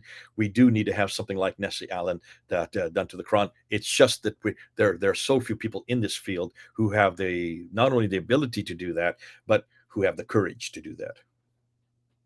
Yeah, I mean, that's a ton of work because it means like transcribing all of the individual manuscripts and finding the variants and noting which manuscripts those are in. That's what I'm sure his servant knows, but for those who don't know what a critical apparatus is, that's what Daniel it's Brubaker about. is doing that. I mean, that what he's talking about as far as the corrections that Daniel Brubaker is doing. He's coming out with a book in 2 months, which will also go into because he's now starting to push out the 4,000 changes. But that's on the manuscript evidence itself. Someone needs to go and do all the Kirat in Ahruf, the 93,000 differences. Hatun and I have done 42 of them. And we have put that up on video. If you go back after we introduced in 2016 the 26 Qurans the very next day, because there was such a furore, there was so much noise, people were grabbing our papers and they were trying to tear them up. We then did an entire hour and a half just unpacking about 20 of them so that we could do it in the calm of our own studio. So those are up on Fander Films. You can get them if you want them. Just type in the changes, the Kirat changes of the Hafs versus other Warsh Hafs versus Kisai Hafs versus Kalun, and the Hafs versus the different 26 of the other Kirats. Yeah, and the Bridges collection has the 6 of them, I think. The 6 most common. The Bridges just points them and says where they are. It doesn't at all show you how these change theology or how these change doctrine or how they change practice. That's what we do. We show that in every case, they either change a doctrine or a theology, or most damaging, they change a practice. And that's what Shabir Ali has tried to say they never do, that they don't change those three. We showed in every case, you change a word, you change a letter, you change the meaning. Once you change the meaning, you change also the theology behind that.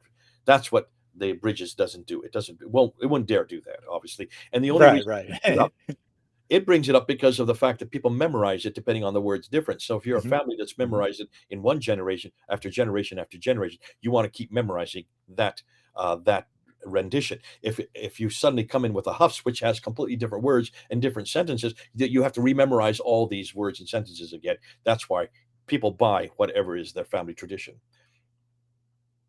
Excellent. So you mentioned that the historical Muhammad, or at least one of the historical Muhammads, was probably Jewish. Alexander wants to know about the Jewish sources that the Quran copies from, and if whether these two things are related. No, because that Umar didn't have a Quran, and he never wrote any Quran. So I would be careful about that. What happened and what we're guessing in this, because everything has been destroyed by the Abbasids. The Abbasids did wholesale destruction of anything the Umayyads did. They hated the Umayyads. That's why the whole narrative that we have now is such a different area. And that's why Mel, Mel, who's on our team, the Sin Shifters, and he's coming out of Ireland. He has been working on some complete new material coming out of China from these Chinese emissaries who were coming across over to the Mediterranean, and they were watching the Umayyads, and they were actually coming back. Molema, they kept on talking about this Molema. Who is this Molema? Well, that's Muhammad, referring to this Muhammad. And they refer to that in about 750, suddenly everything changes. In 750, it's a whole new dynasty, and suddenly Molema becomes important, but not before 750. So that's the Abbasids coming in, destroying the Umayyads, taking the capital from Damascus, putting it to Baghdad. And once they did that, they then come out with their new narrative. And that's why Ibn Ishaq writes his biography about 16 years later. That is destroyed and rewritten by Ibn Hisham 70 years later, as they're now forming that narrative. But because of that, when they start to put the Quran together, you remember that was done earlier during the Umayyad period. The Quran itself, separate from all the traditions that come after, the Quran itself is pre-Abbasid. And the problem was people like Abdul Malik and Al-Hajjaj, as they needed to have a book, they needed to have something in contradistinction to the Trinitarians. They were anti-Trinitarians, so they needed to have something that shut that down, to push down and confronted Jesus as divine, Jesus as the Trinity, and of course his sonship. So what they did is they had to borrow material. So who and where are you going to borrow material from? Well, you're going to borrow some from the Jewish sources. Those are the stories of the prophets that you see in Surah 21 and Surah 27. In Surah 19. Then they had to borrow stories from the Christian sectarian writings, and those are the stories of Jesus. Notice that almost all the stories of Jesus are Gnostic in origin.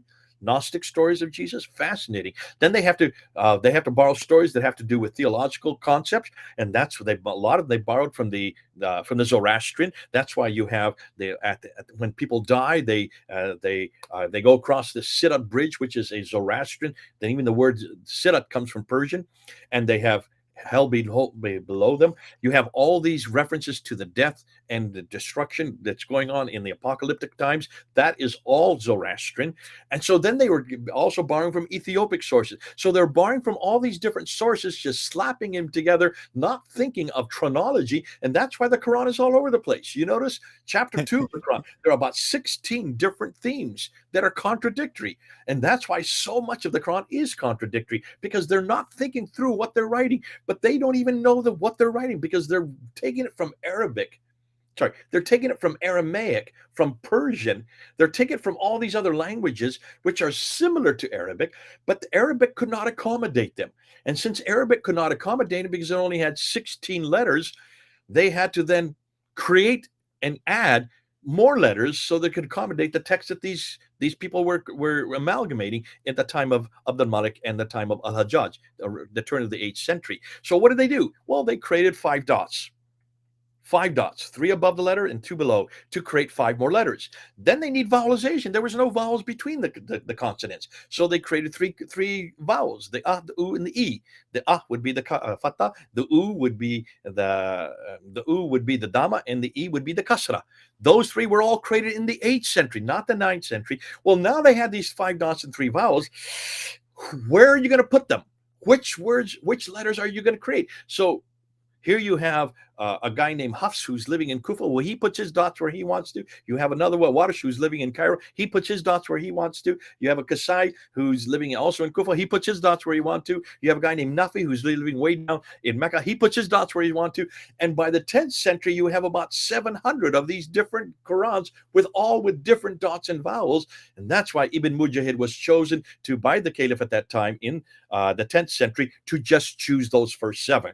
that wasn't good enough because there was an awful lot of Qurans that were still being proliferating all through the empire. And that's why in the 12th century, another 14 were chosen. And then in the 15th century, another 9 were chosen, making 30 different Qurans to accommodate all the different ways of reading the text, which had been memorized. By the 15th century, you had these were being introduced in the 8th century. So you had 700 years of memorization, 700 years of memorizing the text in a different way, 700 families and tribes and groups and people who did not want to memorize how the way people next door to them. So they had to make them official. That's why the 30 were made official in the 15th century by Al-Jazari. So you can see this is exactly what happens when man creates a book. When your man-made book is created, it does not come from God. They have to borrow from the Greeks and the Zoroastrians and the Jews and the Christians. What's really interesting is the best part, the most beautiful part of the Quran, the beautiful hymns, the beautiful poetry, which Muslims say this is the miracle of Muhammad. Those hymns were almost all taken from Christian Syriac sources. People like St. Ephrem in the 4th century. Look at chapter 23. Look at chapter 70. This is a hymn by St. Ephrem, written in Aramaic, taking the dots out and replaced with other dots, and then you might say bastardized or adulterated in the Arabic. But these, when you take out and put back the Aramaic original dots, all of these beautiful hymns and all this beautiful poetry are hymns written by Christians in Aramaic to be sung in worship service, and they all are about Jesus Christ. Ooh, I love it. So what we need to do, Thaddeus, we need to get Syriac scholars to go back and take off the 5 dots and take off the 3 vowels and replace them with the Aramaic dots and the Aramaic vowels and bring the Quran home to the original hymns, the original homilies, and the original liturgy that was used in churches. And what we're going to find is that much of the beautiful part of the Quran, the most beautiful poetic part of the Quran, is all about our Lord and Savior, Jesus Christ. Amen. So Peter 2 Apologetics wanted to specifically know about the story of the talking ants. Do you know where that particular story is borrowed from? Yeah, that's chapter 18. Chapter 18 of Solomon. Chapter 27 in Solomon. The story of Solomon, that comes from the second Targum of Esther. That's a Jewish account, apocryphal account written in the 2nd century. The second Targum of Esther was just there, and it's referring to not only the birds that talk, but the ants that talk. And then Solomon, who was able to sit down and talk to ants. Hold on a minute. Stop and think. You can't talk to ants because ants, they don't talk. They change chemical phyrons from their antlers to the other antlers. So therefore, Solomon would have to have antlers and exchange this chemical exchange. So there's no vocalization. You can see even that would be impossible. Now you could say, well, God let him know what the ants were saying. Possibly that is so, but that is nothing more than a folk tale that was written in the 2nd century, was put in the second Targum of Esther, and it talks not only about the hoopoe bird and also the Queen of Sheba, about these ants that talk, and it also mentions the fact that almost word for word, what happens when the Queen of Sheba comes up to the courts there with Solomon and has to pull up her skirts from keeping her skirts getting wet because there's a pond between her and Solomon, and he looks out and he sees her hairy legs and he cries out in surprise. So all of this is a great folk tale. I missed it in Sunday school, but you can see why it doesn't belong in any book of God. It was never considered to be authoritative by the Jews. It was nothing more than a folk tale for children to hear in bedtime. And yet they put the name Solomon onto it to make it a little bit more interesting. But that was a folktale that had been borrowed and was used in the 2nd century AD, not BC, but AD.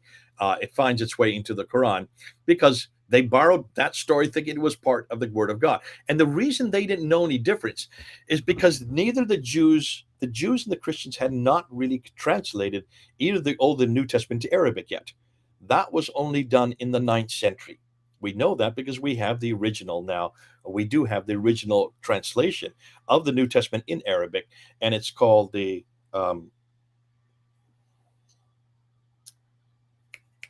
manuscript, not the Sinaiticus, the something of Sinai 162. I can't remember the name off the top of my head. What's the manuscript that's used? That's in the British Library right now of the New Testament. Birmingham? No, the Sinaiticus, the biblical one. Oh, the biblical, yeah. We're talking about the biblical one now. Yeah, I think it is Sinaiticus that's in the But British Museum. it's not the Sinaiticus that's from it's from the same Right, monastery. there's two of them, right? There's one that is a translation that's like from the 5th century, and then there's a Greek one from the 4th century. They're both super important for textual Oh, criticism. now that's you're talking about the Vaticanus and the Sinaiticus and the Alexandrinus. Those are the three that are the entire New Testament. I'm talking about the one that's still in St. Catherine's Monastery, that's still there in Sinai, and it's called the Corpus of Sinaiticus 151. That's what it is. The Corpus of Sinaiticus 151. And it is the earliest New Testament translated into Arabic. And Gotcha. the date that it's given is 868. 868 is the late 9th century. So the New Testament and the Old Testament had not been translated into Arabic in the early 8th century. So therefore, they didn't have anything to go to. They only had these folk tales that were being passed down by the Jews orally. And that's why they find their way. The Sinaiticus Arabic, the Arabic Syriac Codex 151, Sinaiticus, the Codex of the Codex of Sinai 151. I think that's the best way to do it. Sorry, nonprofit. I should have it in front of me, but I don't have it in front of me. Codex Sinaiticus 151. That's it. Do Google that one, and it'll take you to it.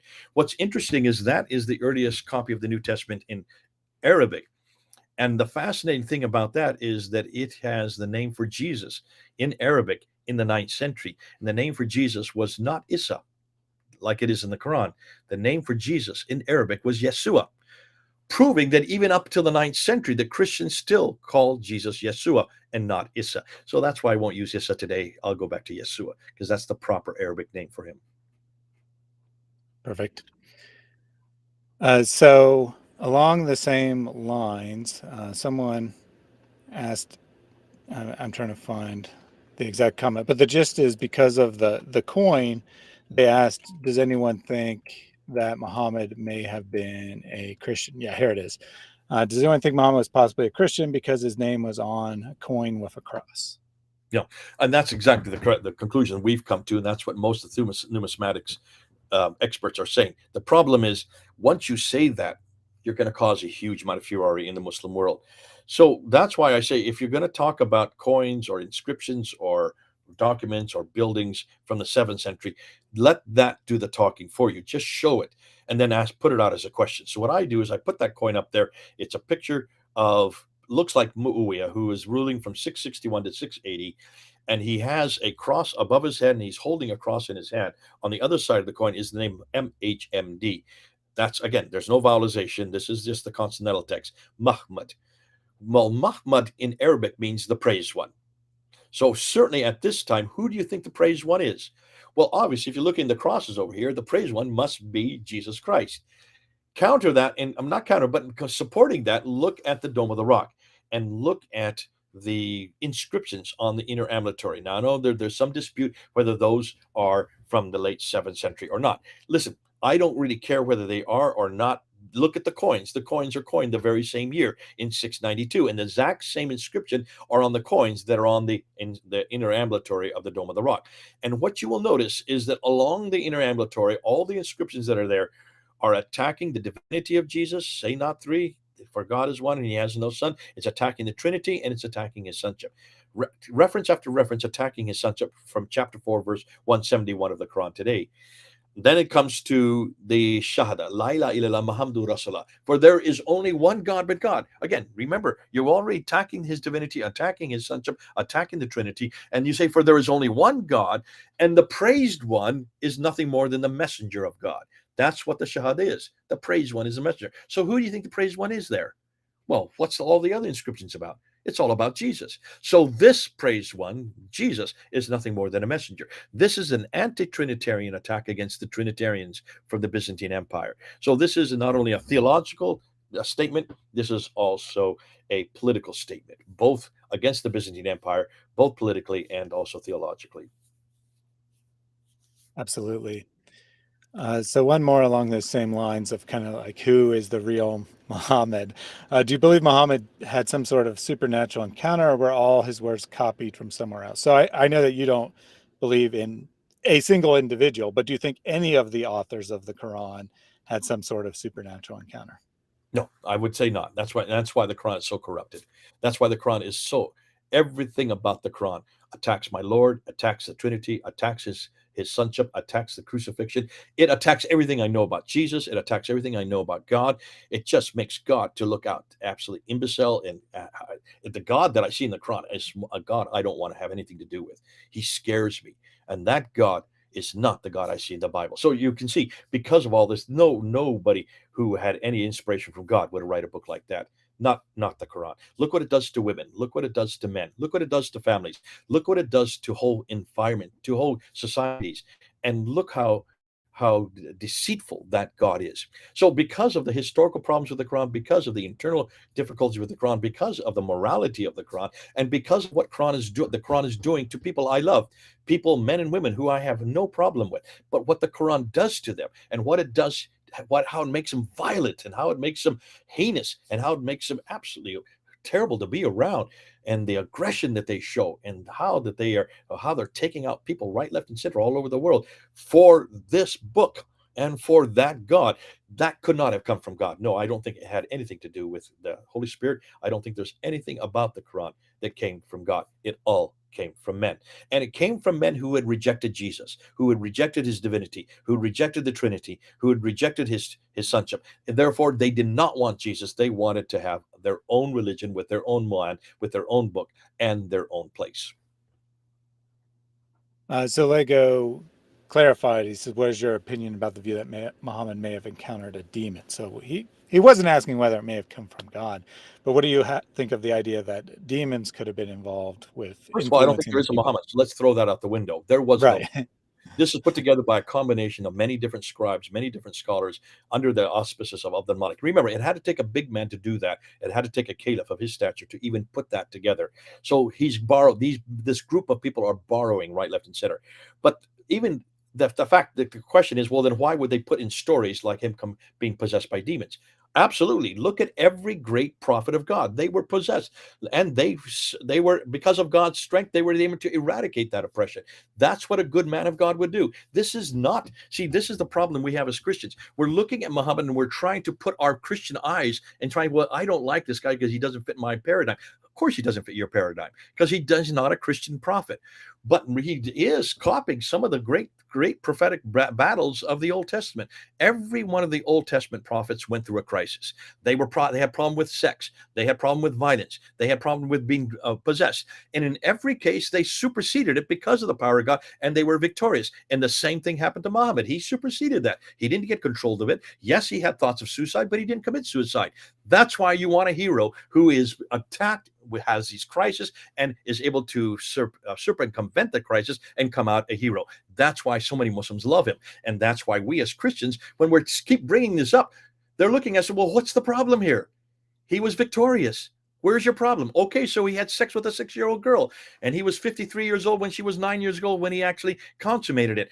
Hoorah! He's a man of God. Only a man of God can do that kind of thing. How? Oh, so he was able to take 30 women in one night. Only a man of God could do that. And look at all the women that wanted to be his wife. That proves that he was a leader of men. See, we don't think of that this way. We think this is perverted. For a Muslim, this shows that he's in a greater God, because this is what you would expect from that type of environment. If you've been brought up to believe that Muhammad was virile, if you've been brought up to believe that he had all the right to take as many women as he wants, because that's what a leadership to do. If you've been brought up to believe that Muhammad was attacked right, left, and center, but he was able to circumvent and come across and get above those attacks and eradicate them, that is exactly what heroes do, at least in that world. Not in our world, but in that world. See, in some ways, we have to be careful as Christians, because we keep on thinking we're talking to Christians. We're not talking to Christians. We're talking to Muslims who, every time we open our mouths, they say, where's the problem here? This is not a problem for us. It is for you, but it's not for us. Yeah, they do seem to always want to make it about the Bible and about Christianity. I guess I can't blame them too much. If I had to defend Islam, I probably would do everything I could to avoid talking about Islam as well.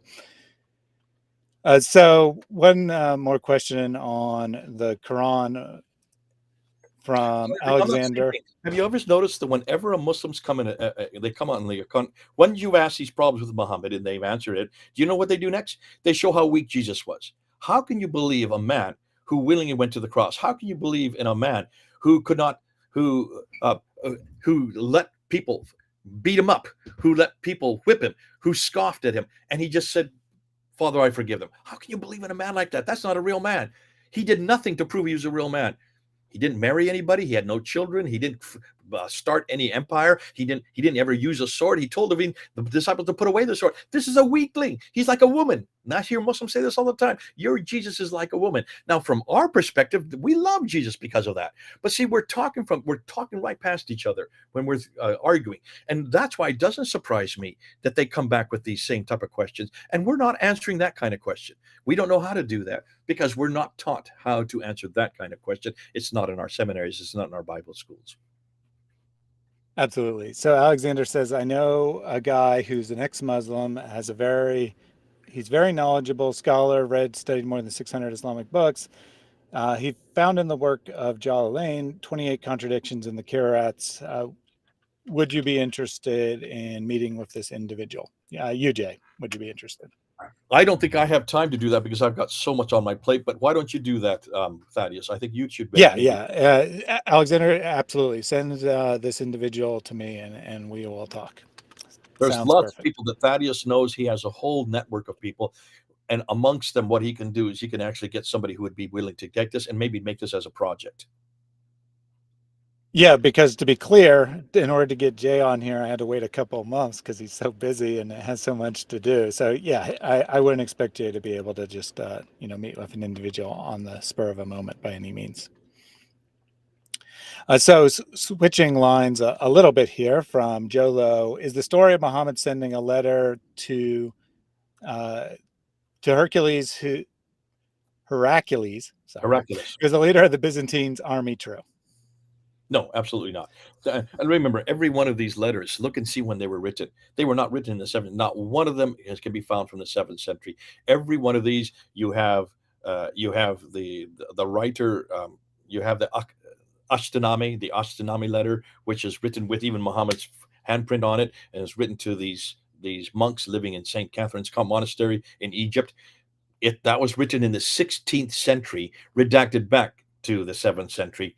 Assuming that, and without even thinking through whoever wrote it, it was written in Greek and in Aramaic. Muhammad could not have read Greek or Aramaic, so why was it written in those languages? Because that's what they wrote in Egypt. And why in the world would this monastery in Egypt have any contact with Muhammad? Muhammad never went to Egypt, never got up that far north, and certainly would not. There were no Muslims up there that they had to be protected against. Muslims didn't get into Jerusalem until 638. So obviously these are all frauds. These are almost every one of them is a fraud. I've done a whole series on all these letters, these supposed letters. In every one of them, the Doctrina Iacobi, the writings of Sabaeus, the Ashtinami letter, what are some other ones off the top of my head? Every one of these I've put up on Fanderfilm. You can see I've debunked every one of them. Yeah, I would definitely encourage people to check those out because this letter, at least in particular, the letter to Heracles, a lot of scholars, maybe not like today, but 50 years ago, 100 years ago, a lot of scholars did think that it was an authentic letter. And as a result, anybody named Heracles that is in existence today from the 7th century, even the one that they claim is from that's written by Heracles, it has nothing about it. There's nothing in it that would claim it's from the 7th century. It's nothing more than a redaction from the 12th or 13th century, the one about Heracles. Yeah, I agree with that conclusion. I was just saying that I would definitely encourage people to be familiar with the material because old scholarship was supportive of these letters in general because they were just taking the Islamic narrative for granted. So you will find people referencing scholars that are very outdated. So you definitely want to be familiar with the material. Quick question here from Conociendo El Islam. There was an apologetics course on Fanderfilms in Portuguese. I wanted to take that course, but nobody answered me. Is that course still available? On Fanderfilms, we never had any course in Portuguese that I know of. Where we advertise the MAPI courses. That's all we advertise. MAPI, Master of Arts in Apologetics and Polemics of Islam. That I'm the director of. We have five doctoral professors that teach the 10 courses on that, and that is done every Monday night. We are continue to do that every Monday night for it takes 2 years to get through all that program. But if you want to, if he's talking about that, that's not Portuguese, that is in English. That's all done in English, but it's done by Zoom webinar. All right, yeah. So maybe if you have more information on that course, maybe we can figure out what you're talking about. But obviously, Jay doesn't know off the top of his head what you may be thinking of. Probably wasn't through him, but apparently. But maybe if you have more information, we can figure out what that was. So we've talked a lot about the man or lack of man of Muhammad, and we've talked a lot about the Quran, but we haven't talked that much about the place. So I wanted to get a couple questions on Mecca here. So from Clyde to the JW, do you remember the gentleman's name of that website of the maps from satellite? I believe it was. I think he is in Canada. So you're presumably referring to Dan Gibson. Yeah. But Jay, can you tell us a little bit about Dan Gibson's theory on the Qiblas and why this matters for Muslims? Yeah. Dan Gibson is just one theory of about 12 now theories that we now have to confront Mecca. And his is the problem with the Qiblas. By the way, he's just coming out with a brand new book, probably next week. Let the Rock Speak.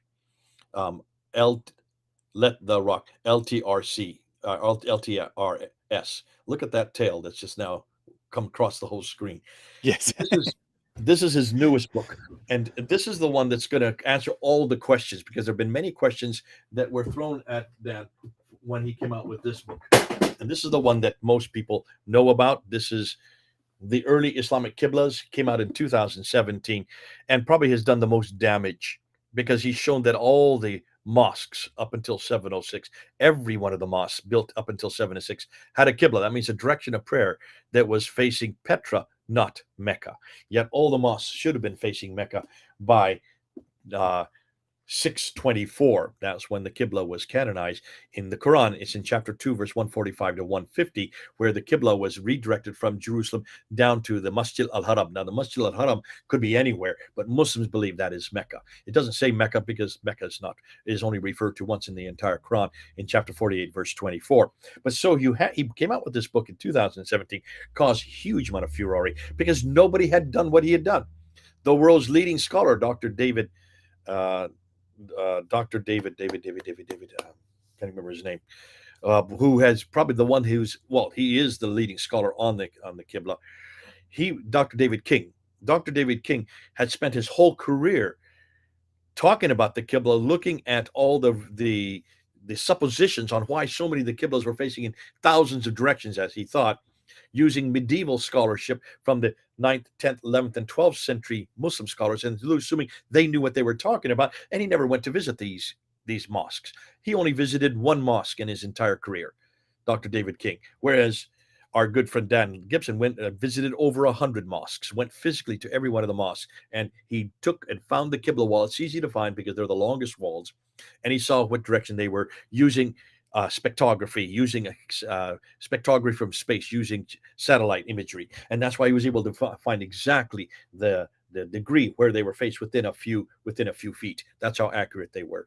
And so by doing that, he was able to find that all of them up until 706. That means up until the 8th century were facing Petra. And then another direction came in, and that was the between direction, which is halfway between Mecca and Petra, almost exactly halfway, but there's nothing there. It's just sand, dunes. There's no town, there's no village, there's no rock outcropping, there's no mountains, there's nothing. It's just in the middle of the sand. So obviously this is a political statement. This is not meant to be any place. And then it wasn't not till 729. Look at the date, 729. That's almost 100 years after Muhammad had died, that the first mosque starts to face Mecca. And then another Qibla was formed after that, and that was what they call the parallel Qiblas, where all the mosques in North Africa and Spain were facing straight south, facing into Africa.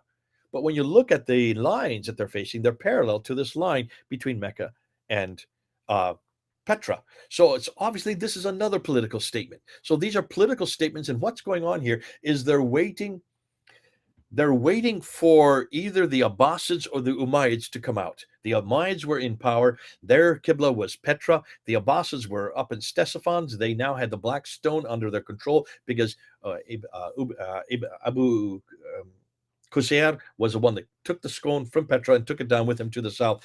He needed an ally. And that's why he allied with the Abbasids, who were the carryover from the Persians that had been defeated by Heraclius in 622 in the previous century. So they're in Ctesiphon. They now choose Mecca, and they are not powerful enough. So therefore, the people who are building mosques don't know whether or not they're going to follow Mecca or Petra, Mecca or Petra. So you have these in-between mosques that are in between, hedging their bets, and then you have the ones in North Africa that are parallel, hedging their bets, waiting to see who would finally come to power. Well, the Abbasids do come to power in 750. Once they come to power, all the mosques then start face Mecca. So this is a political game that's going on. This is political exigency. And this is what you do. When you don't know who's in power, you want to make sure you don't step on the toes of those who are in power. So therefore, you just build your mosque and put the Qibla in places that you will not offend anybody. Now, why didn't David King know this?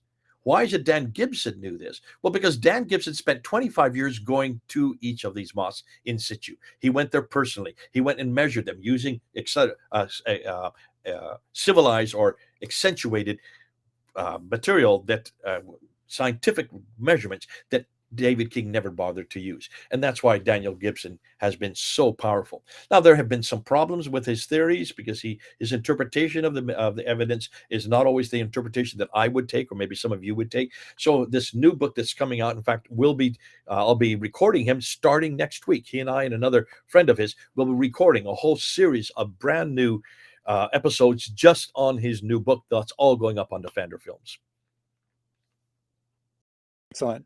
I will say that I had the misfortune of reading King's reply to Gibson, and it was one of the most embarrassing things I've ever read from a supposed academic. It was filled with personal insults and terrible arguments, and this was supposed to be his academic reply.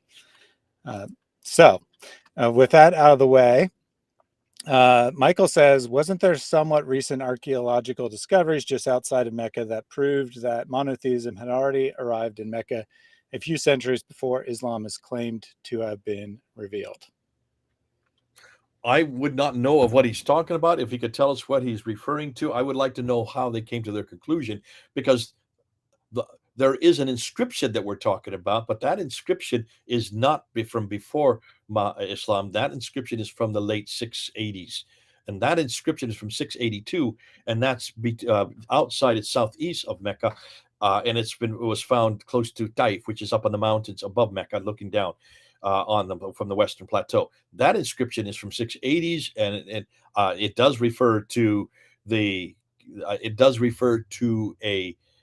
Masjid al-Haram. So it's talking about but it's not referring to any monotheism. Now, there's not to say that monotheism didn't exist. I don't think anybody doubts that monotheism existed all over the what we know as the Arab Peninsula. The problem is this: the only inscriptions we have, the only material that's the evidence that we have from the 7th century, are either far in the north or far in the south.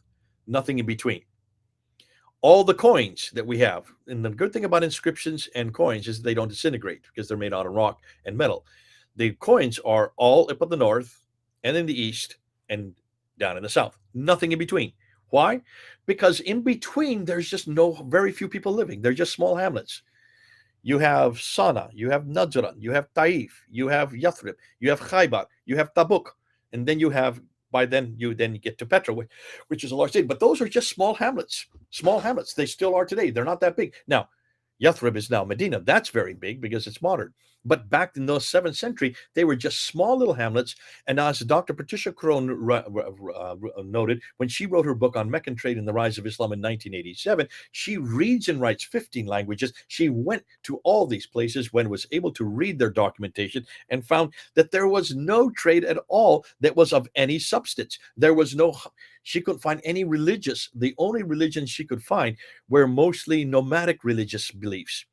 If there was monotheism, it was sporadic, but it was mostly polytheism. And so it was very much oral, passed down orally as nomads do. But there was no religion called Islam that was monotheistic at that time. The word didn't even exist that early. That word doesn't even to begin to exist on any of the inscriptions until the 8th century. This is over 100 years after Muhammad died. So I don't know what artifact he's talking about. I'd love to know what artifact. If they've come up with a monotheistic belief, I would like to know how they got that date, because you can do the date by looking at the script, because it's the script that changes. You can't measure the date on the rock itself. You can on the coins because of what they say in the person's image that's on it. You know who the image is, and you also know the date that they put on it, because they put the dates on the coins, not so the inscriptions. So it would be interesting to know what he's come up with. This Michael, if he could come back to us on this, what he means by outside Mecca and how did they date it. Yeah, I would be very curious as to what he's referring to as well. Hopefully, we'll get some more information on I that. think But he's in the talking about that rock meantime, inscription that I referred to. About it's a rock inscription outside of Taif, and it was commemorating. It was a prayer to. It's a prayer for the commemoration of the dam that was built in Taif. But that comes from absolutely. 661. So that not 60, that's come from 661 written, and it was created by Muawiyah. Now, interestingly, that inscription has a cross on it because it's written by Muawiyah himself and it's written in Greek. So obviously, this is a Christian monotheism, if it is. Yeah, definitely. Even the Islam, the standard narrative wouldn't necessarily deny the existence of monotheism. But his servant did fill us in on the details here. So Ahmed Al Jalad had an interview on exploring the Quran and the Bible channel where he shared a manuscript that hinted at monotheism a century before Muhammad. So that's And probably remember, what what was does in Al view here. Jalad say? Al Jalad says all the inscriptions are up in Jordan. So up there, of course, there's monotheism, but not Mecca. I'd like to know where Al Jalad got one outside of Mecca. Yeah, and Michael did clarify that that is what he was talking about. So, uh, uh, Al-Quran has been really good because he has shown that almost all these inscriptions, which are written in Nabatean Aramaic, notice that Nabatean Aramaic, not Arabic yet. These are all in the 7th century. They're all basically mostly Christian in nature. No reference to anybody called Muhammad, no reference to any book called the Quran, no reference to any people called Muslims, no reference to any religion called Islam, and no reference to any place called Mecca. The 5 things you need to have to even suggest that Islam existed that early from these inscriptions don't exist on any of these inscriptions that he's looked at. Also, he is the one that found that all of the Arabic that's on these inscriptions are Nabatean Aramaic because of the Aleph Maksura, because of the Tar Marbuta, and because of the definite article. Excellent. So Yatur said, "What is the name of the channel of Dr. J. Smith?" It's Vanderfilms PF. It's also linked in the video description. PFANDRFILMS, yeah, PFA. It's named after Dr. Carl Fander, who is my hero from the 1800s. Who basically I'm doing what he does. I do historical criticism. He could read and write 7 languages. He was one of the first ones to go back to the original Arabic and to go back to Ibn Hisham, go back to Al-Bukhari, and actually bring it into German and then into English so that we could read it today. So he did the historical criticism long before I was doing it.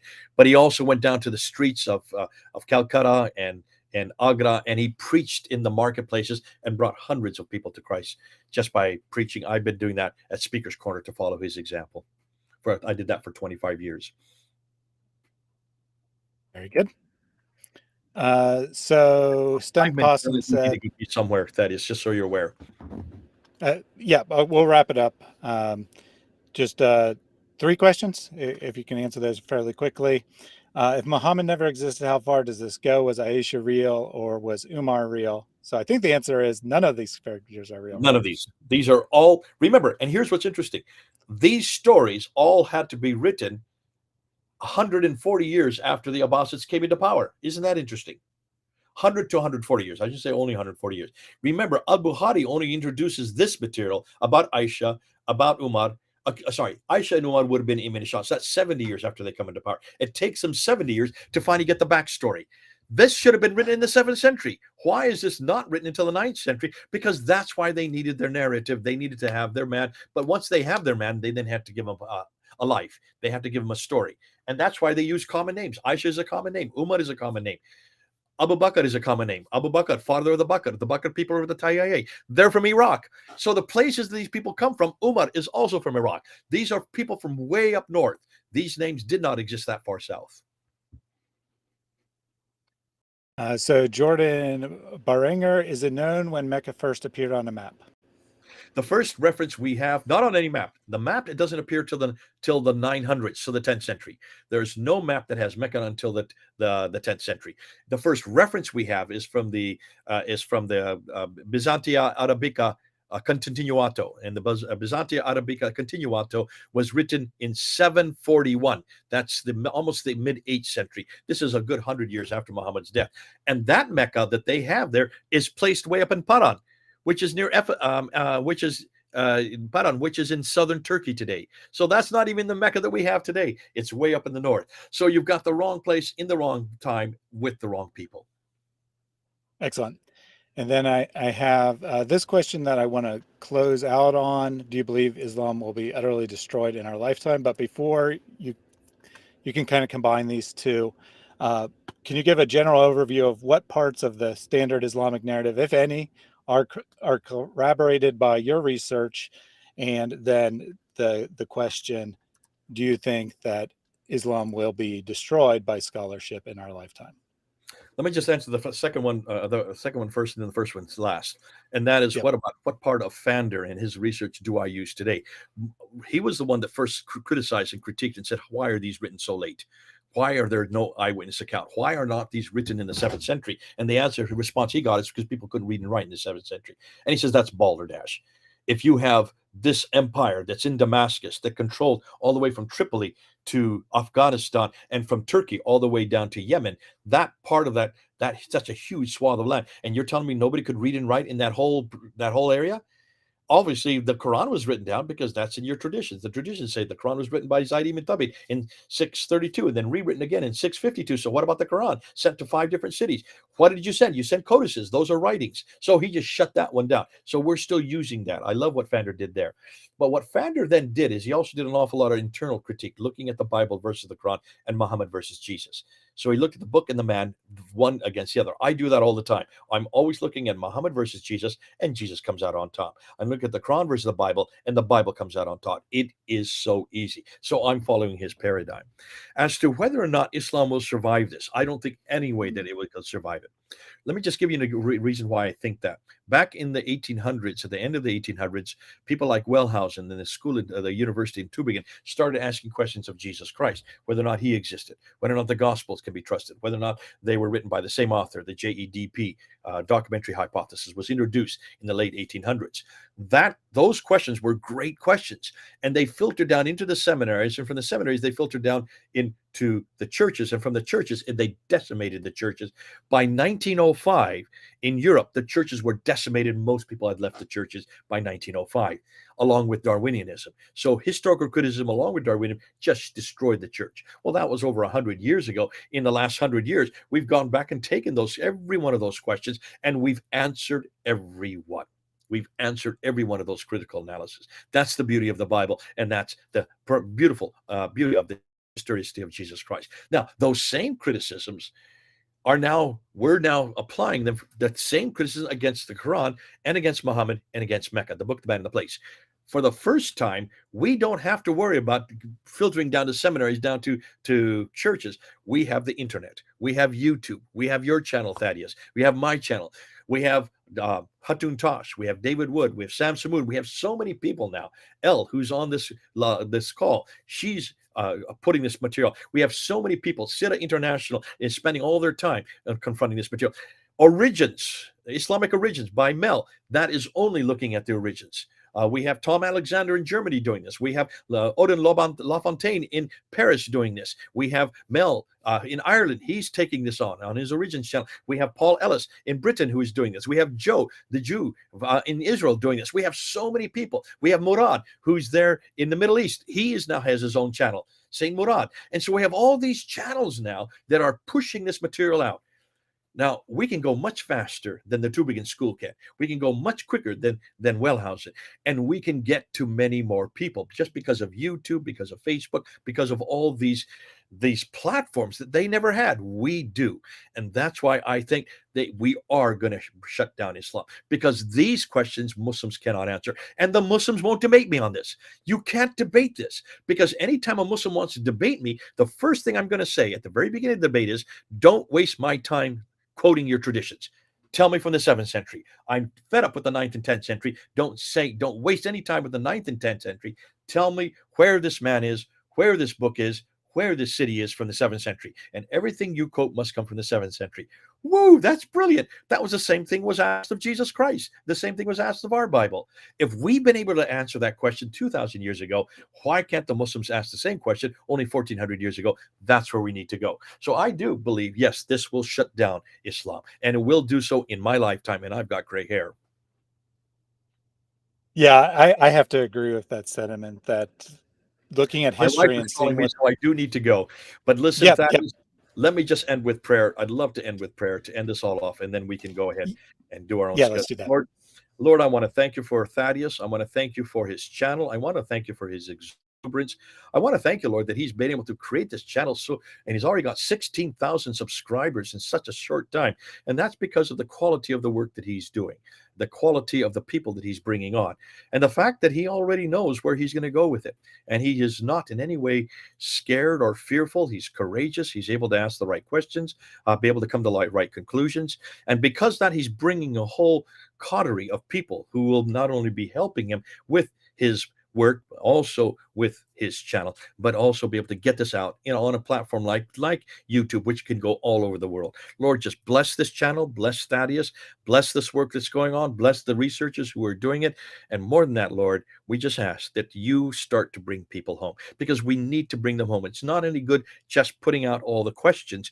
We have the answers, but then we need to bring Muslims back to those answers, and we need to bring them home to you, because really, in the long run, this does us no good unless we bring you into the equation. You're everything we need. You're everything we need to work for, and everything we do, what we say, what we do, and how we say it, may it represent you. In Christ's name we pray. Amen. Amen. So we'll say goodbye to Jay here. Thank you very much for coming on this channel. I'll just have a couple quick closing thoughts and then I'll end the stream. So thank you, Jay. See you again soon. Bye-bye. So to the point Jay was making there, I have to agree completely that the historical critique is very powerful, because we have proof of this from history. When the critical scholarship of the Bible, of the New Testament, of Christianity was arising in the 18th and 19th century, the church was not prepared to respond to it. They didn't have any answers for these questions. And as Jay pointed out, it decimated the church. It led to thousands, millions of people leaving Christianity. We now do have answers, to be clear. Every single one of those arguments raised by scholars in the 18th and 19th century are not accepted even by critical scholars today. They have been shown to be bad arguments that don't hold up to scrutiny. That's not to say that the people making them were liars or something. They were going based on the evidence they had available to them, but it was very insufficient.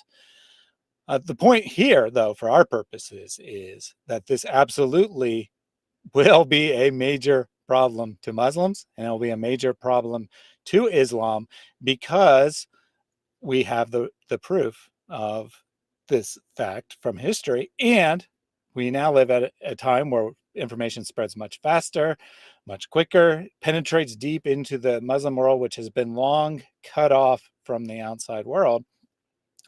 And to be frank, there's no way that Islam and Muslims are going to be able to come up with competent answers for these, because their paradigm doesn't allow that. Their paradigm demands that the Quran be the literal speech of God.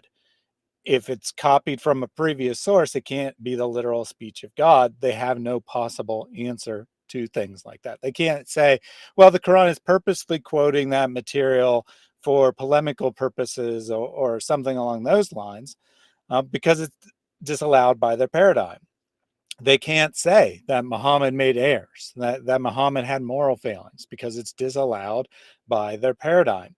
They can't say that there are variants in the Quran. They can't say that these manuscript errors don't matter. We'll come up with the critical text. We'll get as close to the original text as we can.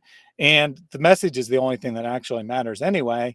So that will be sufficient. Christians can say that, because the gospel is not Matthew, Mark, Luke, and John.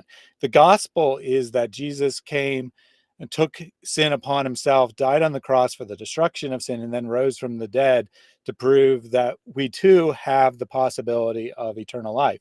That message is not dependent on perfect manuscripts. The Islamic message might not be dependent on a perfect Quran, but the Islamic paradigm is, because the Islamic paradigm, the argument they've been using for hundreds of years, is that you should convert to Islam because, unlike the Bible, it doesn't have any textual variants. It's perfectly preserved. This is one of the miracles of Allah, is that He perfectly preserved the Quran. Therefore, it's the true scripture. So the type of responses Christians have, and which are boosted by discoveries like the Dead Sea Scrolls. Dead Sea Scrolls didn't exist. Well, they existed technically, but no one knew they existed in the 19th century. These have proven that the arguments are false, that the scriptures are well preserved, that they are preserving the original message, that there's only minor variants in select words here or there, and the message is intact. The authorship of the Gospels has been demonstrated to be from the first century. No critical scholar denies that today. And maybe there's one fringe guy somewhere who says early second century for John or something. But even critical scholars accept that all of the New Testament, minus probably Second Peter is usually disputed, but minus Second Peter, there's no dispute over whether any book, no real dispute over whether any book was written in the first century. The critical scholars in the 19th century, for their arguments to work, they needed the Gospels to be written in the 3rd century, the 4th century, well after the time of Jesus. So all the evidence has supported Christianity. And this isn't going to happen for Islam because there is no realistic possibility of that. The Islamic Standard Narrative itself says that the early manuscripts were destroyed.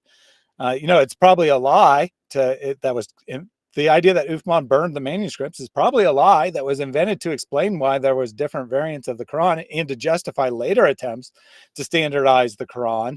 But even if we pretend that the standard narrative is true, we can't expect to find the kind of evidence that would validate Islam.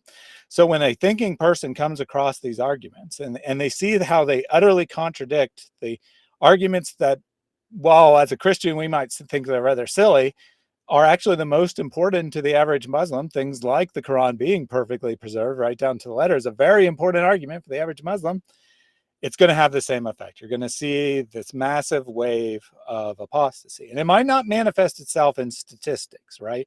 Because up until very recently, a large percentage of Europe that never attended church in their life identified as Christian on surveys because they were from a Christian background, a Christian historical family.